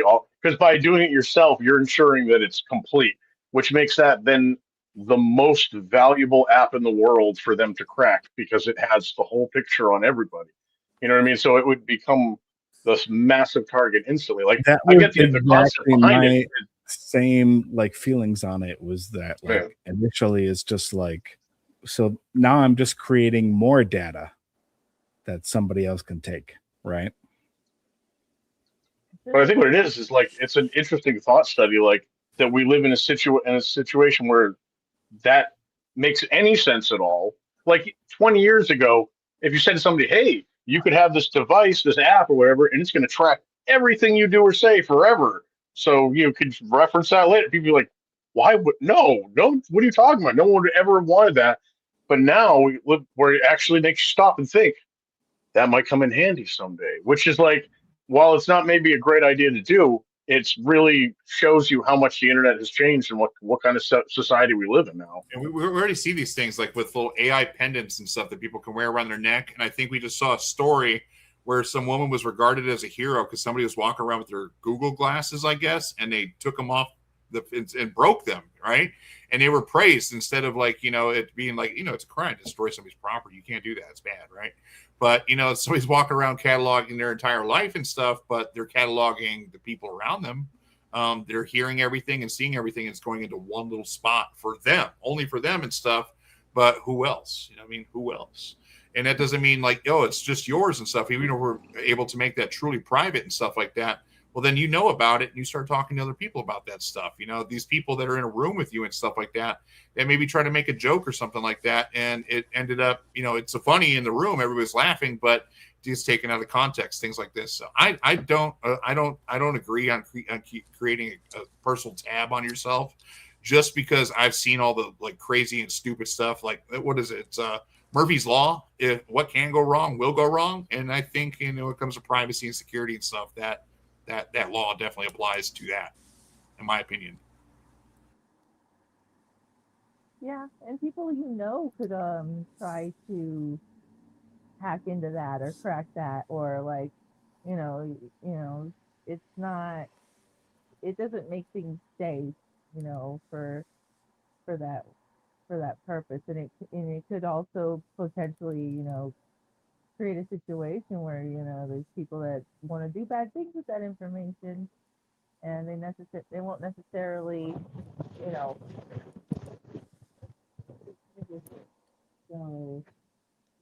better to put less. Is it me or did Susie's volume go really low? Yeah, you're a bit Yeah. muffled. Yeah, muffled. Now we can't hear you. I think the earbud probably died. It did that. It did that thing where it started slowly muffling and then cut out or something. When the battery usually dies on it. No worries. We can, if you want to do your speaker thing or something like that, we can hook that back up. Okay. So yeah, no, that's what it is. And go ahead, Beth.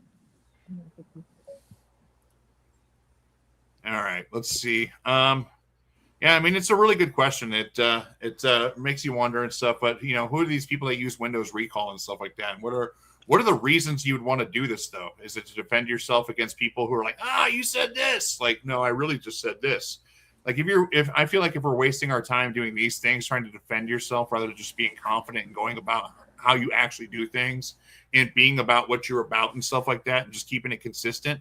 I think there's no reason to catalog these things. Just keep going about how you do things and just, show them. You know what I'm saying? You don't have to defend yourself against something. Just be the person that you're meant to be and just go about it. And let the memories of people be the catalog in which you catalog things. You know what I mean?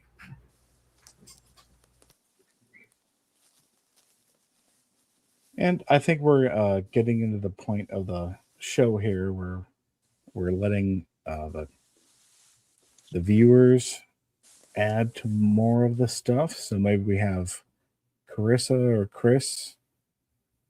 Well, I think we still have one more question that Mrs. CMS asked. She asked, do you see this developing into a minority report society? Which I think is a good question. I think it's absolutely, there's definitely signs of heading in that direction for sure. Yeah. Very similar, if you can hear me. My take on that is I don't know what society's forming into. I value the good in the world. I love to see the good in things.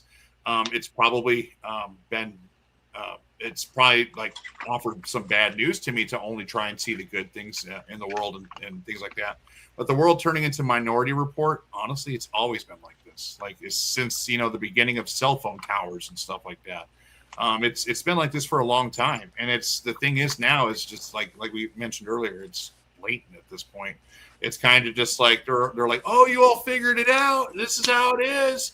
And then they double up on it. It's what it seems like. It's what it feels like, in my opinion and stuff. Like back in the day, like when I used like technology, before cell phones, like before everybody has cell phone in their hand, we had our digital identities online and stuff, and that was that. We didn't catalog anything. If you wanted to look back on things, you just read back on the chat logs and stuff, and you kind of had a glimpse at that. But that's the thing is, I never logged. I never logged these conversations or anything. I always just started the day fresh, and then went about it that way. But the society and what it's like turning into, as far as like Minority Report and stuff, I think it's going to be interesting to see what society turns into. But that's the thing is, it's also scary in a sense, because how are we going to see these things if everything's censored? And if everybody's self-censoring because they don't want to log on to these bullshit platforms with the biometrics, and it's probably going to come down to DNA samples and stuff. It's like, how do you know that person's not a bot? Boop, prick your finger on some device or something like this diabetes does, and there you go. There's your authentication and stuff like that. We're going to see some stupid, crazy things like this, on the evil side. And that's the thing is, with society and the Minority Report. Is we see how it's forming, we see where it's at now, but what are the things that we don't see is really more scarier. And that's the thing is, we don't see them, but they see them. So whatever society turns into, I hope it values the good stuff. Really, I hope it does. I think we're kind of like in that weird in between standoff point to where we're like on the edge of just destruction. Like the UK government is, they're considering bringing in digital identity programs for newborn children. So, and I think there's like the small side of people who are asking the questions of what's going to happen if this is rolled out on a national or global level. Even though some countries have been doing this, I can't remember the country, but there is this one country who has been doing a digital identity program since 2005. It's just coming more to the light now that like the West is kind of more leaning into that, and people are questioning the government on all sides. So I think as long as we just continue to ask those questions and have these conversations openly, I don't think people will want to turn to it. No.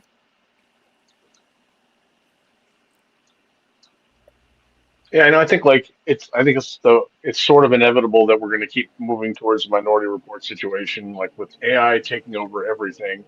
And like we're already seeing, like we were saying earlier, when you go to post on social media and they have AI scan it and say, hey, this looks like a post that has been reported to us before. Maybe you shouldn't post that, to try to like get you to self-censor yourself.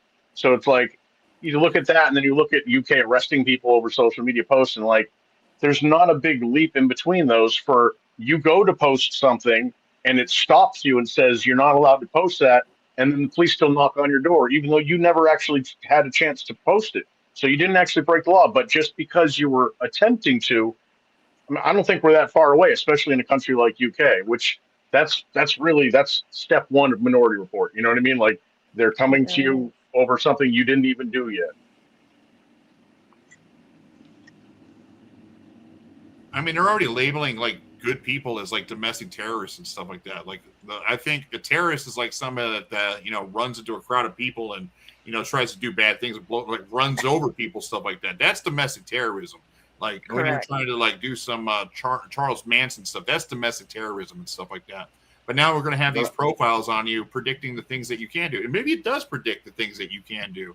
It's there's only so many patterns about us and stuff like that, but that's none of people's business. That's none of some systems business either. And to build these things and to predict like, oh, this guy's going to commit a crime like next Tuesday and stuff like that. I'm sorry, but I'll commit a crime. I'll jaywalk all day, walking back and forth across the street. I'll zigzag all day, every day. And that's the thing. Is like if that needs to be recorded, just don't get hit. It will be. Then they can see me doing that. And that's the thing. If I get a ticket in the mail or something like that, that's how it's going to be. That is how it is. I'll park in the middle of the street. They do with red light. I'll get a parking violation. I don't care.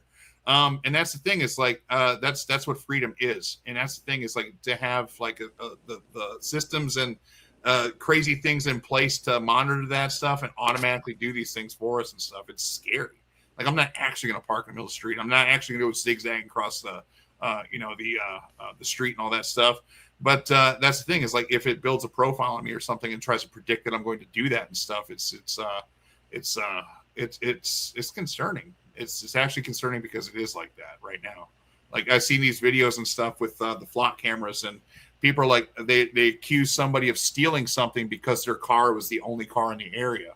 Well, no, their car was the only car you recorded in the area, and there's other methods and stuff to stealing things, maybe with somebody on a bicycle, and the court had to throw that out and stuff. But the level of scrutiny that this officer had, and like this Colorado resident, they went to the house out of their jurisdiction and stuff and gave them a summons right there at the door for something that they didn't do. So that's the thing, is what's the level of error with all this stuff? Is it going to predict these things that you're going to be doing or not be doing? And then what's the level of error with that stuff? Where's the gray area and stuff where it gets fucked up? It's wrong. So I think we're going to see a lot of that stuff too. And here's the thing, is like, where's the justice for the person that gets wronged by these things? And what's the level of compensation for these things, right? And you're not going to hear about these things. They're just going to get swept under the rug. They're just going to be like, oh, well, this happened, and then maybe like 1,000 people heard about it. They know the truth, but it got swept under the rug, so now nobody knows about it. Oops, sorry. That's what you're going to get. I think that's the society we're moving into. Is it's going to be an oops, sorry society. We just wanted to make sure. Yeah, it's ridiculous. It's for your protection. Yeah, but for your protection at what cost? Because you're giving up your protection by giving them your data, so these bad people can take your data and then come mess with you with that data.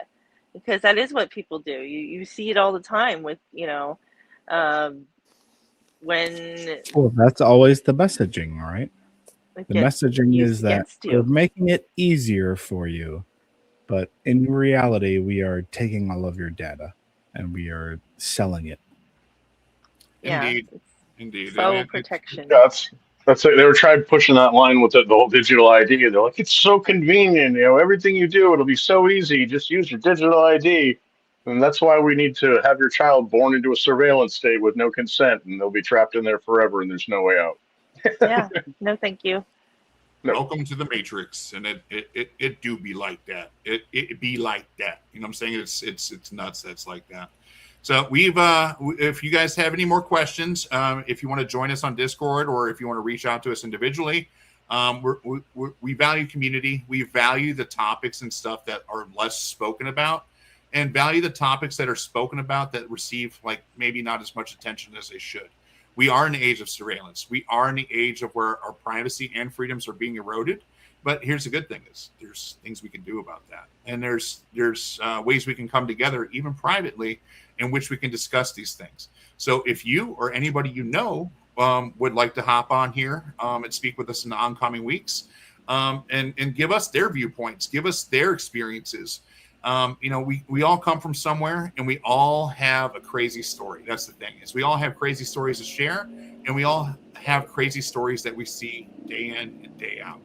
So we're testing this stream today. I thought it went very well. I think you all did wonderful. I have one question, and this question doesn't need to be answered now. It can be answered later on, but this question is mostly for you. What does privacy mean to you? How do you value that? And just hold on to that. Just think about that and hold on to it. And you can give me these answers within the community, or you can actually reach out, like I said, and hop on here and give us a good formal discussion. Like, we want to discuss these things. We want to talk about these things, and we want to hear what you have to say, each and every one of you. So I want to thank Mrs. CMS for the questions that you gave us, and the others that have reaching out to us kind of right now on Discord and things like that.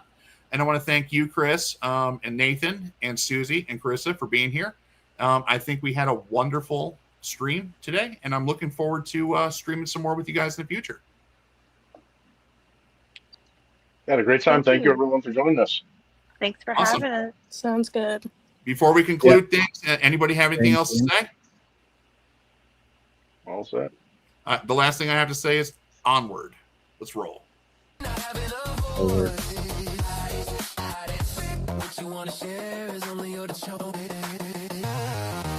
Look, the world is exposed, yeah, the walls are thin. Everybody posting every place that they've been. Trading privacy for likes, that's a heavy cost. In the ocean of data, the person gets lost. So we flip the switch, yeah, we go underground. Moving through the silence without making a sound. Not hiding because you are doing something wrong. Just defending your rights before they are gone.